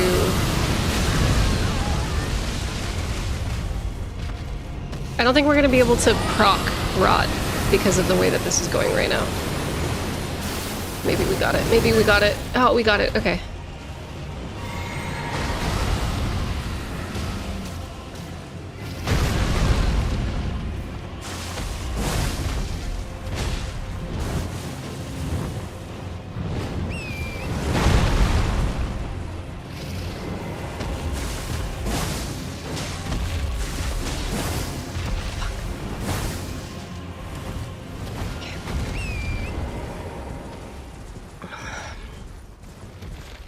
Mimic Tear is giving its best. Isn't giving its best. Yeah, Mimic Tear is kind of confused. Okay. Well, it's fine. It's okay.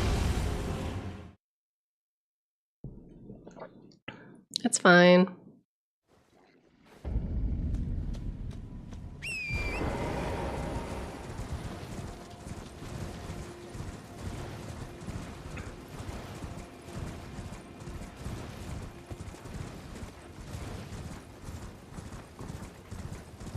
Spy. Oh wait, that is why you got the proc on a single fart breath to its face last time. Okay. That makes sense. That makes a lot of sense. So aim for the... aim for her head.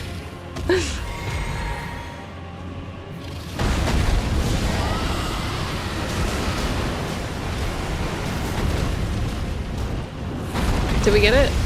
Hell yeah. Okay, cool.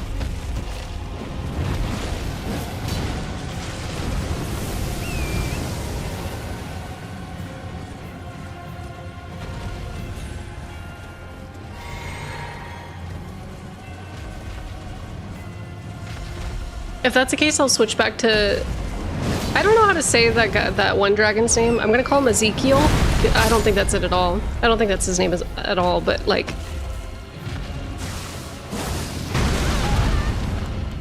I'm like so on tilt right now. I'm whiffing everything. This is the worst. Okay, I'm scrubbing this one. I'm scrubbing this one. I'm done. I don't even want to talk about it. I don't want to talk about this run. I don't even want to talk about it. Don't look at me. Ezekis. Ezekis.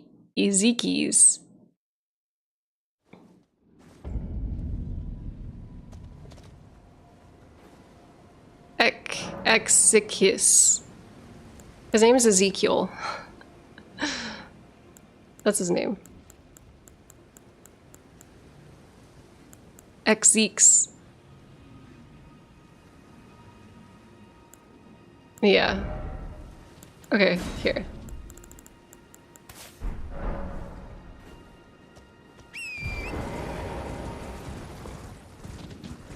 Zeke. Stinky Zeke? Stinky Zeke is his name? Bread in French.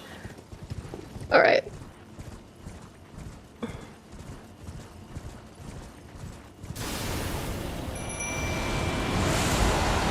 Big Cooper snore.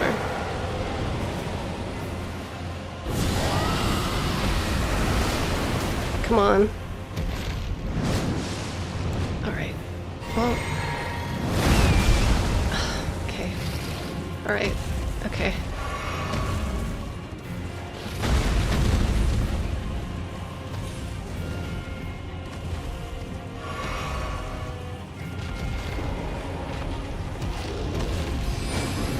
Shit. Shit. Shit. Shit. I'm wiping this one too. I'm wiping this one too. I can't even like... I can't recover anymore. I can't recover anymore. Fart and Zach? What? Okay. I don't... Do y'all ever do that? Do y'all ever accidentally emote? What has happened to my glorious Burpo? I'm not playing Burpo anymore, you guys. I'm sorry. He wouldn't let you jump. No. He was not having it.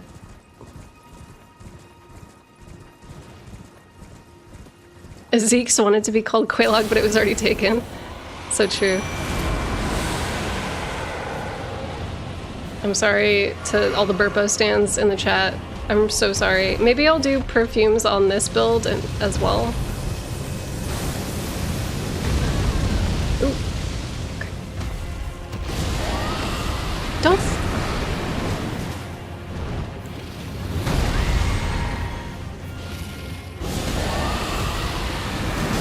Holy shit. I swear to fucking God, y'all. If she flies one more goddamn time, I'm so mad. I am so mad. How are you supposed to do anything? How are you supposed to do anything?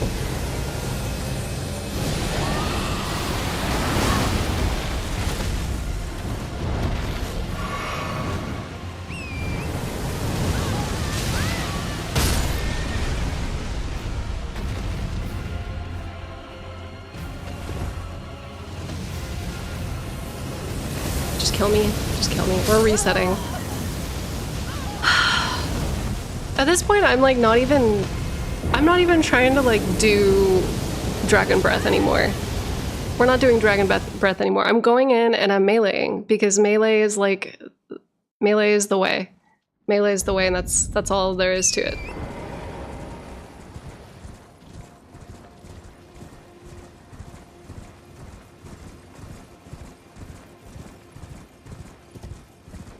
Yeah, I've eaten.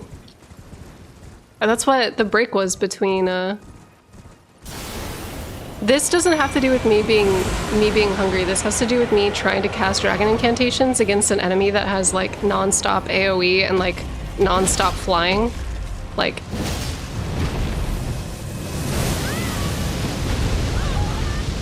And, like, I also am getting 2 hit by the glintstone breath. I need to change my, my armor, I think, too. I need to switch armor.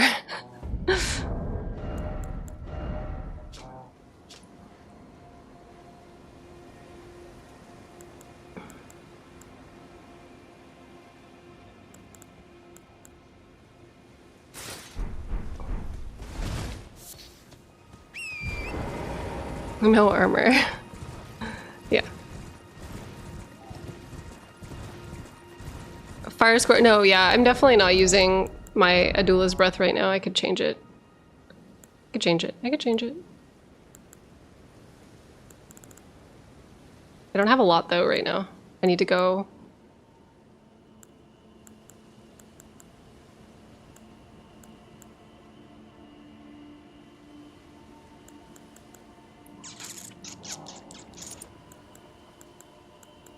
Okay. You know, you're having a bad time when the resistances come out. It's true, it's true.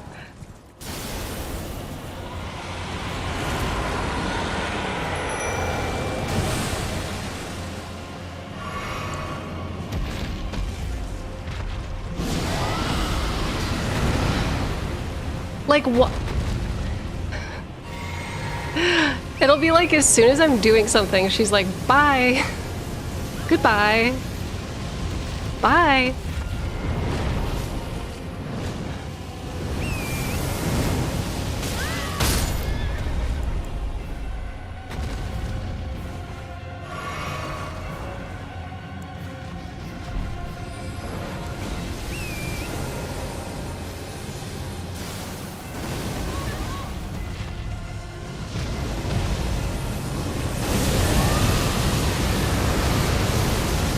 See, I don't think as it keeks, I need more mana to be able to get it to proc off of like one cast. I think Rotten Breath was the way. I think Rotten Breath was actually the way. I think I'm like, that was goofy as hell that I changed it. I think I finally got it to, okay.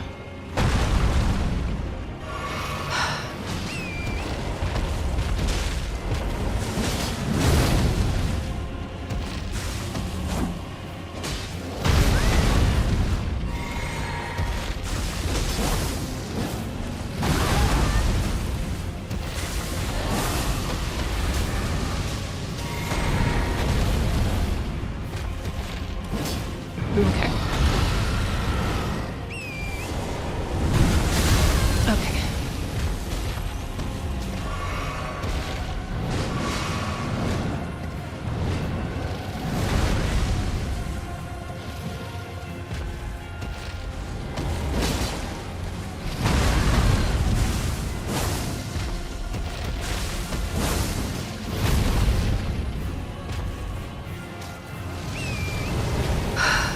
Anytime she gets up in the air, I'm just gonna go sit in the fucking church. I don't even care. Get fucked.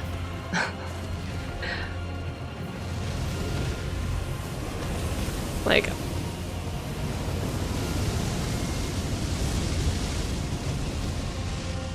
Like, why do I even... I'm not even gonna bother. I'm gonna wait until she gets close. I'm just gonna wait it out. Okay. Oh my god. She fucking debated me!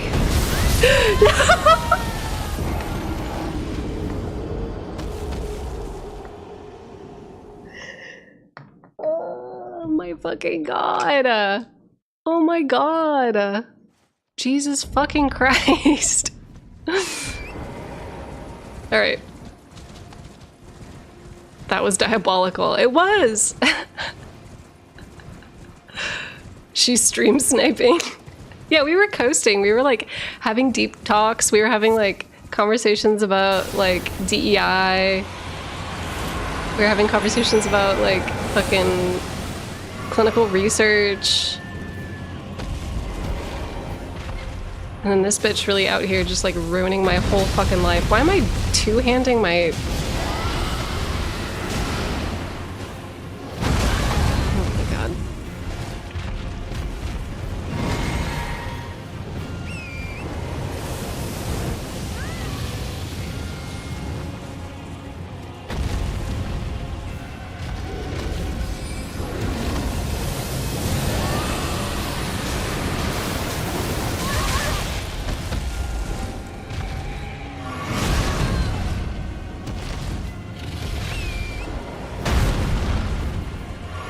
I need to change to rot breath. I need to change to rot breath. I'm gonna keep saying it to remember.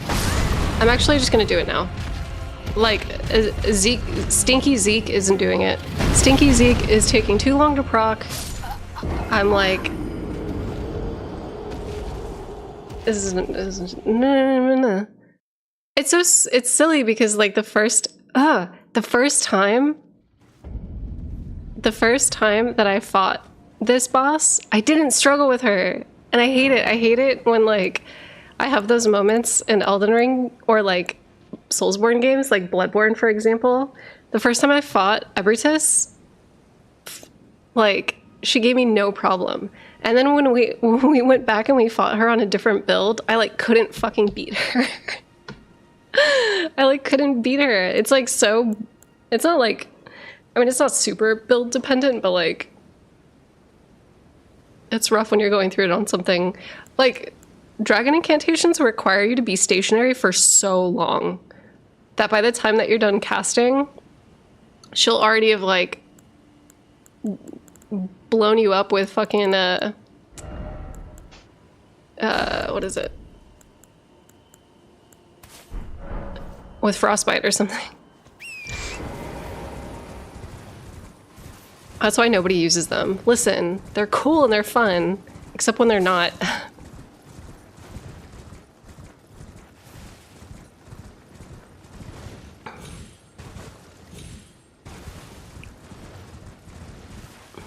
Dude, Placidus Axe's ruin, while amazing, is a full 8 seconds of free real estate.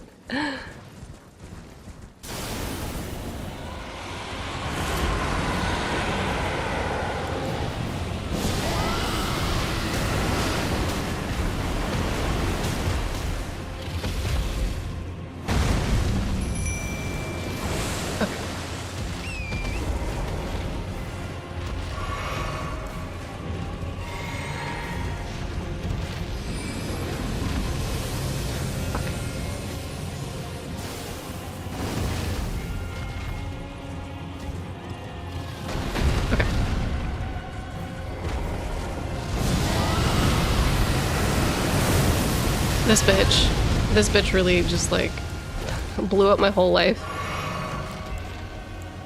I don't think I'm gonna get rot to proc on this run either.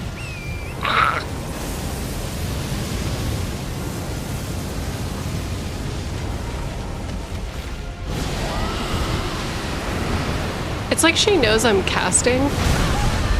She knows I'm casting and she's just like, got him. Like every time.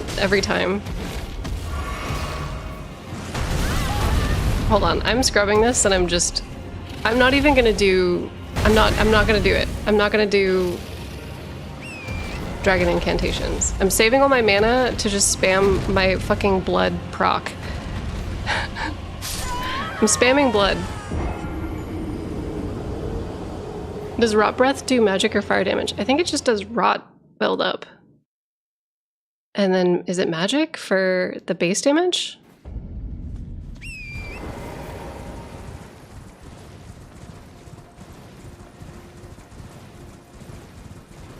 Yeah, just do arrow lads and blood. Yeah, exactly, Saboteur. See, Saboteur, we're on the same wavelength right now. Where are my boys? I don't even know where my boys are. Oh fuck, they're not hotbarred. They're so not hotbarred. This is fucked. Okay, hold on. Wait, why can't I use that? Oh, is it because I'm on my horse? What?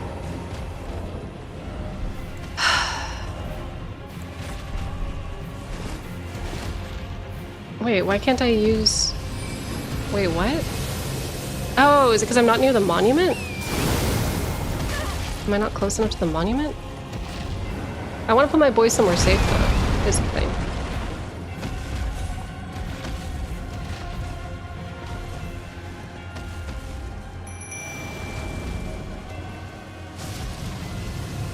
Okay.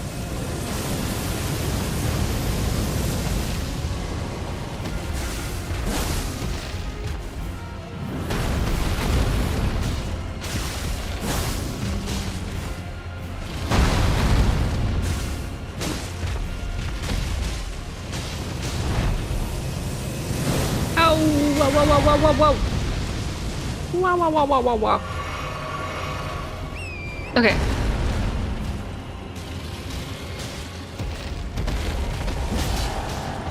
Big Cooper snore.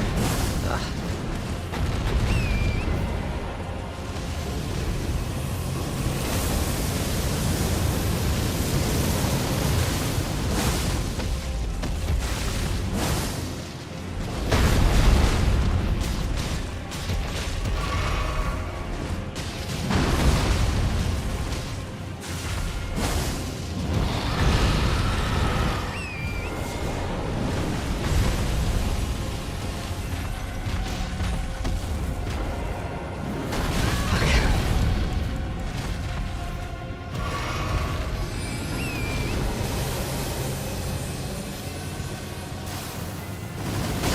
Fuck.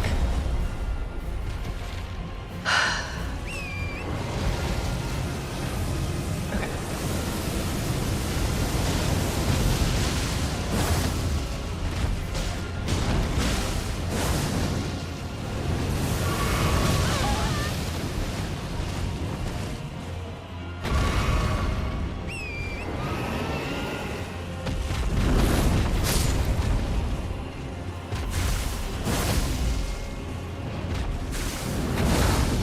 God.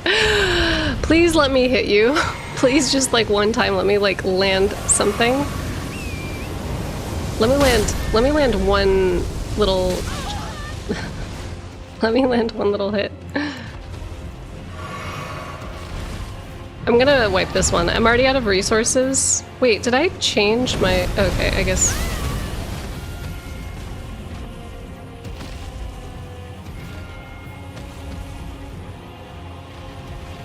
Wrong place at the wrong time. It's true. Alright.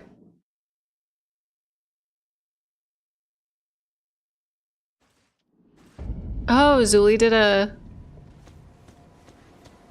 video on like how that works. For sure, for sure.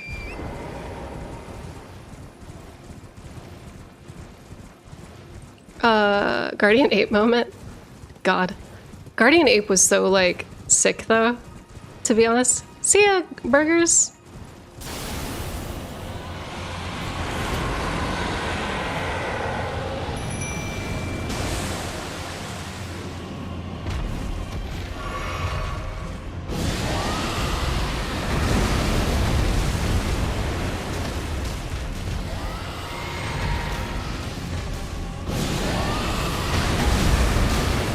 Get fucked, get fucked, get fucked, get fucked. I hate you so much. Get fucked. Get absolutely fucked.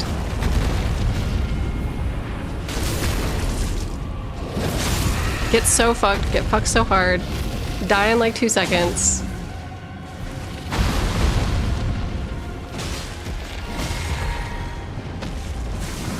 Oh my god.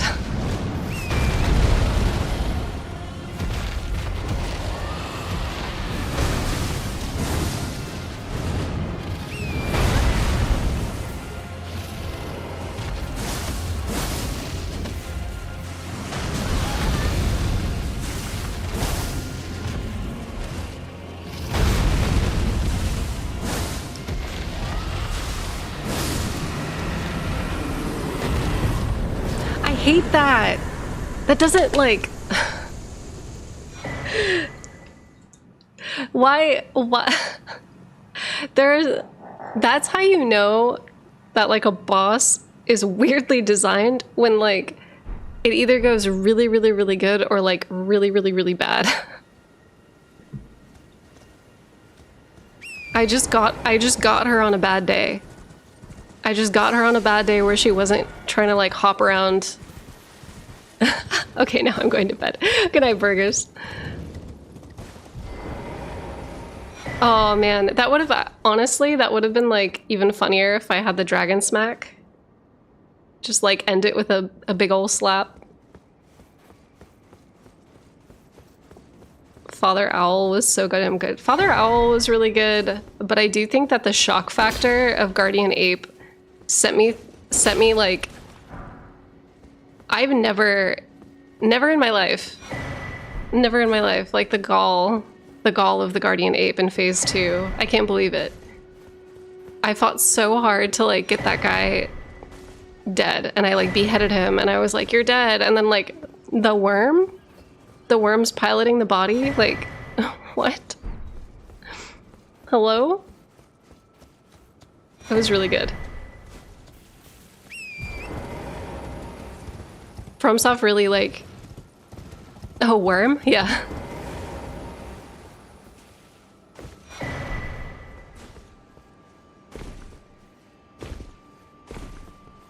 The dynamic range of FromSoft's game design is truly remarkable. Yeah, right?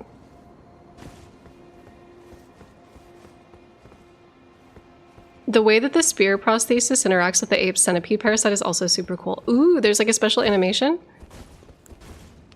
I had no idea. I'm sad I knew about the fake out because I thought I'd never play Sekiro, and then I actually played it and really loved it and didn't get the joy of the fake out. Oh, I'm so sorry. That was like the coolest. Guardian Ape is the best mecha fight in history. It's true. 100%. There's a worm in there. There's a worm in there. All right, let's get married, everybody. It's time to get married.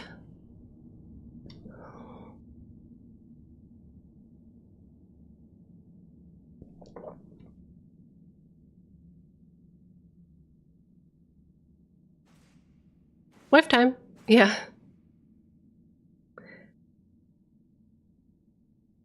This is for the girls. This is for Lesbian Visibility Day. It's blue wife time.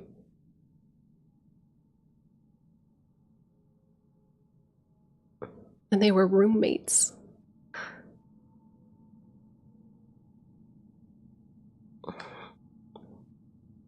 Plot twist. Ronnie's a bisexual icon. Oh no. Okay, wait, Walter said crush all the vermin without hesitation. Vermin look like centipedes. Yeah, I have a whole video on that. I have a whole video just on the centipede design philosophy alone. And it's great, and it's good, and more people should watch that video, because it's important. Okay. You ever platonically marry your four-armed blue wife? So it was thee who would become my lord. But I am pleased, however. Thou art a fitting choice. I go now to the night sky. It is there I shall find mine order. I bid thee travel the path of the Lord, and once all is done, we shall see each other once more.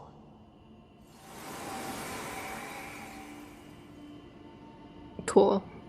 Such good friends. Yeah, they're called gal pals. It's our friendship ring.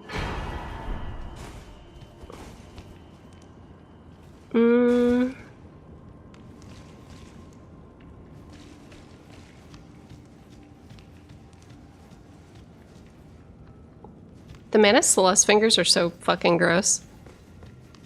What if we kissed under the giant severed hand? True. Historians say they were close friends. They were roommates. Best friends, close friends, roommates.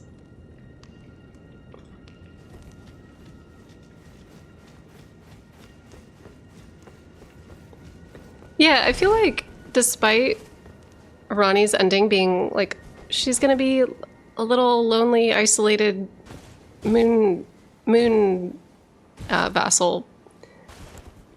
Despite all of that, I think that that is like the happiest ending FromSoft has ever done. She took me to the moon. Yeah.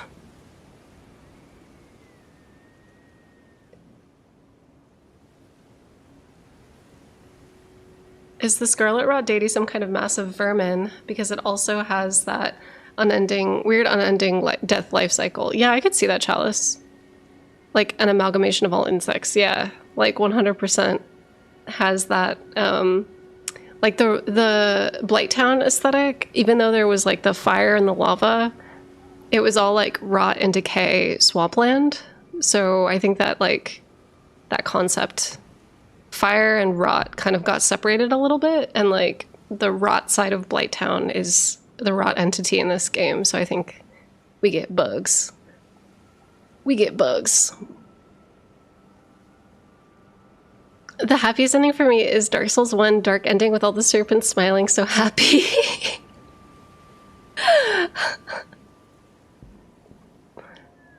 Yeah, it's good. Yeah, I'm in a polycule with EG and Blade and Ronnie.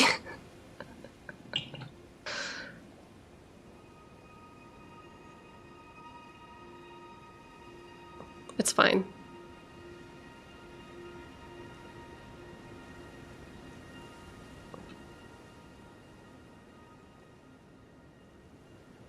You stab Henri in the head, Annalise laughs at you and thinks you're joking. Ronnie just says, come on, let's take a space trip as the honeymoon. It's true. Annalise, like, is kind of cute, though, because she's like, if I were to marry you, I'd have to, like, straight up, like, kill you. Because that's what they're, like, straight up praying mantis type people, where they'll just, like, eat their spouses. So, like, she was like, I like you too much to marry you. And I'm like, oh, that's nice. My polycule is Bogart, Tanith, and Blythe. Okay, to be honest, Monkey, that's like mine as well. Bogart like has my heart.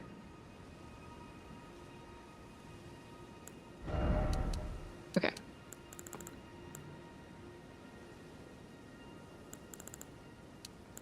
What about the return ending in Sekiro?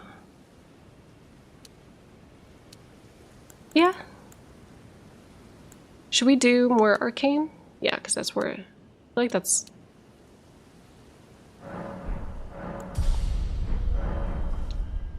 We forgot Selene. No, because I am Selene. It'd be weird to date yourself. I want to be friends with Rodrika. I fully cried when their quest concluded. Yeah, I feel like Rodrika and Hugh would be like my besties for sure. Our collective besties. Honestly, my favorite ship right now is Morgoth and all of the Knights Cavalry.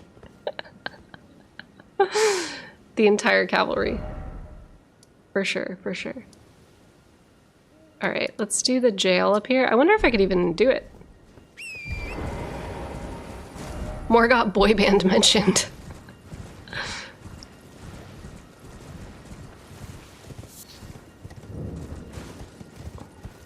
Morgott is like, surprisingly, like a lot of my friends' like favorite boy. But there's not a lot of love for Moog because I think he like kidnapped a whole ass person. But I do like Moog aesthetically the most. I like his little chicken nugget wings, you know?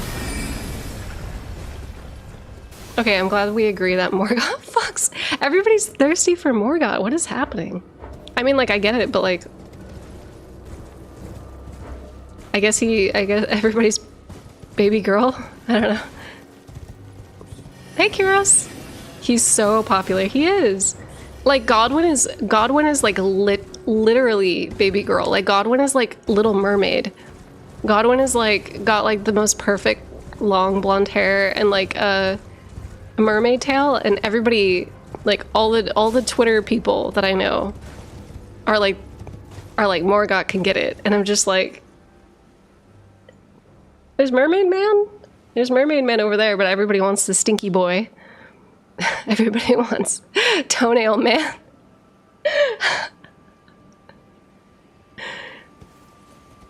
Godwin is basically Jason Momoa. Yeah, like Godwin, like they put in a character that they thought all the girlies would love, and like the girlies love the stinky rat man. The girlies love the toenail boy.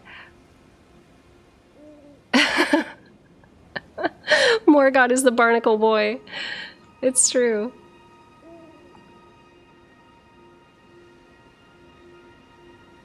People after Morgott for his prominent feet. Oh no.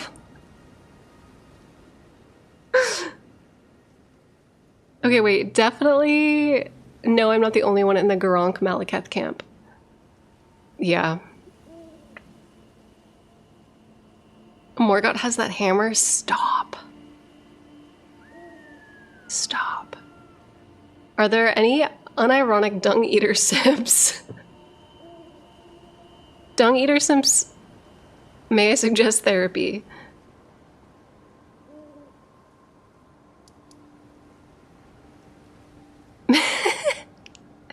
May I suggest therapy for the dung eater stands in the chat?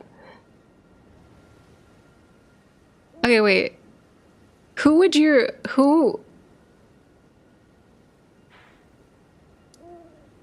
We've talked about this before, but I want to turn the question onto the chat.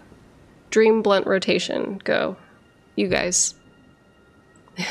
No one likes Melania? We have like one or two Melania stants in the chat, but like we have a lot of Morgott people. Hey, don't kink shame. There's no kink shaming, except for Dung Eater. I'm a Melania stan. I'm a Melania simp. Okay, no. Dream what? Dream blunt rotation.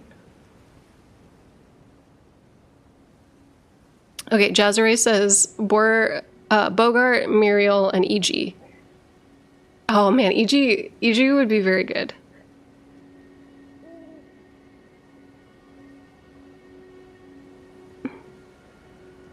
Moog is the wide guy. Moog is built like a cinder block, and I love it. I love that for him. Alan said, currently, what is your favorite boss in the game? Like, to fight or aesthetically? I think, aesthetically, the bosses that wow me the most were any of the celestial shit. So like seeing Estelle for the first time, seeing the malformed Estelle hanging from the ceiling in the Ul Palace, that like, ooh, that rattled my soul. As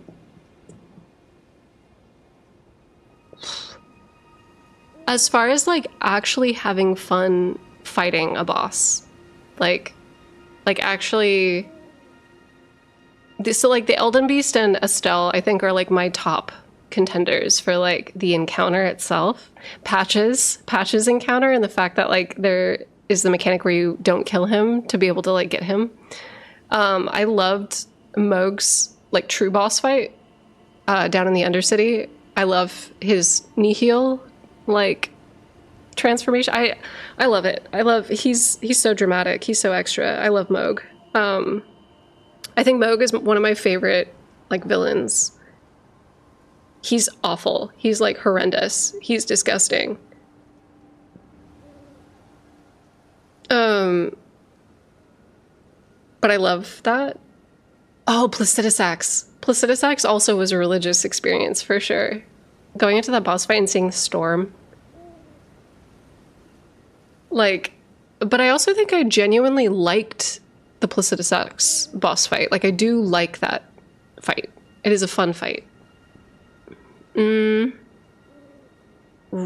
know Rykard is, like, hit and miss for some people, but the presentation also is very dramatic. I love dramatic men. I love, like, men that are very extra. So, like, Rykard and Moog, they didn't need to do it, but they did it. You know?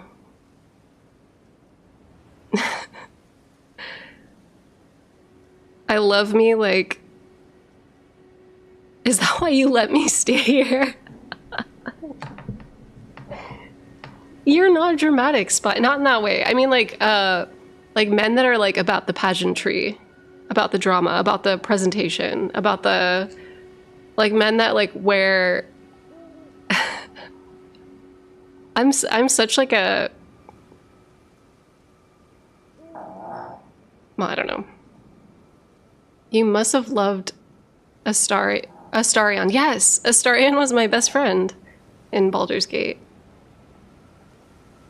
We streamed a little bit of Baldur's Gate on here, and we played a Fey Warlock, and her and Astarion were both, like she was, like, generally chaotic good, but, like, anytime Astarion was like, hey, let's kill someone, she'd be like...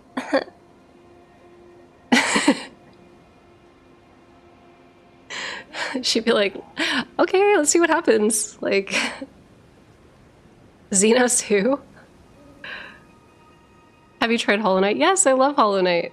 I actually did a Silk Song cosplay.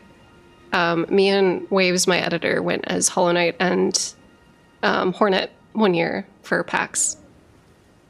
Like, I generally try to do good. I try to be a good person, but if I have, like, a really fun friend that likes to be, like, chaotic and, like, set things on fire, I'm absolutely the one that's there with the gasoline.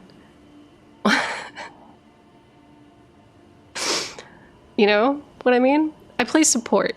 I'm a support, you know, like, I'll heal you, I'll take care of you, but if you're also, like, the type of person to go, like, blow something up, I will be there with the gunpowder. I will support you in that way too. Do you know what I mean? The Rykard dialogue lives rent free in my head. Oh yeah, same. Join the Serpent King as family. Yeah, like, of course, together. Yeah. Oh my god, Storm King. If we're talking about all of the Demon Souls bosses, still Maiden Estrella and Storm King are the two best ones. The feeling of you and the gang of friends charging into the Radon Festival is a feeling like no other. Oh, that is so true. And then, like, when you summon Patches and he immediately goes back to his world. Quite like just wants them to live their truths. Yeah, exactly. Some YouTuber interviewed Rykard's voice actor and he had some fascinating things to say about the role. Oh, you should send me that, Spy, on Discord. I would love to watch that. Estrella snatched my fucking wig. I know! Like, as soon as you walk in, she's like, turn back. And then you learn about her lore. Like, she's a priest who went into, like, a ghetto where, like, dead bodies were being dumped and there's, like, hella disease and there's, like, hella, like, aborted babies and, like, she was just like, people live like this? The church allowed this? There must not be a god. And then she sells her soul to a devil to, like, help the people there. Are you kidding me? Are you kidding me? That is, like, the best story. That story goes so hard. That story goes so hard. Alan says, we might be getting a DLC trailer soon. Bandai published their Elden Ring playlist less than a week ago. Ooh, yeah. Was it you, Alan, who said that this trailer that we saw was called the first trailer? Or somebody else? Somebody else said we might be getting more than one trailer, but I haven't been thinking too hard about it just because the DLC is like the DLC is like right around the corner. So I'm not even like pressed about there being another trailer because like I kind of want to go into it relatively blind. But if we do get another trailer, I will be doing another breakdown video for it. Don't you worry. Don't you worry. Oh damn, I hope some of that comes back.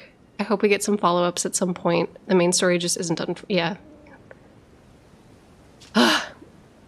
That being said though, I've been streaming for almost 5 hours today, so I think after beating Adula and marrying Ronnie, it's probably a good time for me to end the stream. But I'm streaming all this week of Elden Ring DLC prep. So thank you guys for coming in. We will be talking more lore and just like getting ready. I need to release my Melina video, but like I said before when we did like Lore Theory Wednesday last week, the Mikola side of that video, because I was breaking down each butterfly and how each butterfly represents each of the kids, and then whether or not the Scorched Butterfly represents Melina or Mesmer. The Mikola butterfly actually sent me down like a whole rabbit hole, and it kind of like fucked up the format for that video. So I might do 2 videos. We might have a Mikola and a Melina butterfly video. I don't know. Or maybe I'll just condense it into one long, like hour-long video. We'll see. But yeah. You guys are the best. Thank you guys for supporting me. And like, for any of you guys, I know that I don't have alerts turned on right now because Stream Elements, like I said before, is supporting something that I don't agree with. So I'm like currently trying to figure out a way to get alerts to work without Stream Elements. But I want to let you guys know that like if you've subscribed, if you have followed me on any platform, thank you so much for your support. You guys doing this allows me to continue to make content for you. So like this channel is run by you, for you. So I'm here for y'all. And thank you. Thank you so much for subscribing and following and everything. It helps me out a lot. And for those of you on Twitch, I'm working towards Partner Plus right now. So if you give me a subscription, it helps me to be able to maintain or retain more of that subscriber revenue. So thank you so much. Wait, don't tell me Stream Elements is supporting who I think they're supporting. Yeah, so let me pull it up. So Timur, who's like really amazing. I definitely recommend following Timur, by the way. Made a post about this. So for those of you that are curious, I've been trying to figure out a alternative for a while now, but I have been moving, so it's been a mess. It's been a mess. That's why our infrastructure here is kind of like fucked, and why I haven't had yeah, Sunny. So they're also like, yes.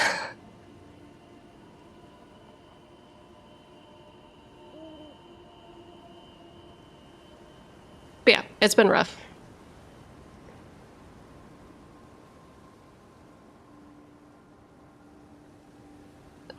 Strength to you, you've been my favorite lore presenter on YouTube because of how you take care of things and take things from the real world into lore. Stay cool, Quaylog, and fellow Tarnished friends. Yeah, you too, Chicken Man. Y'all are the best. Thank you so much. We'll be back tomorrow and throughout the week. Bye, bye, bye, bye, bye.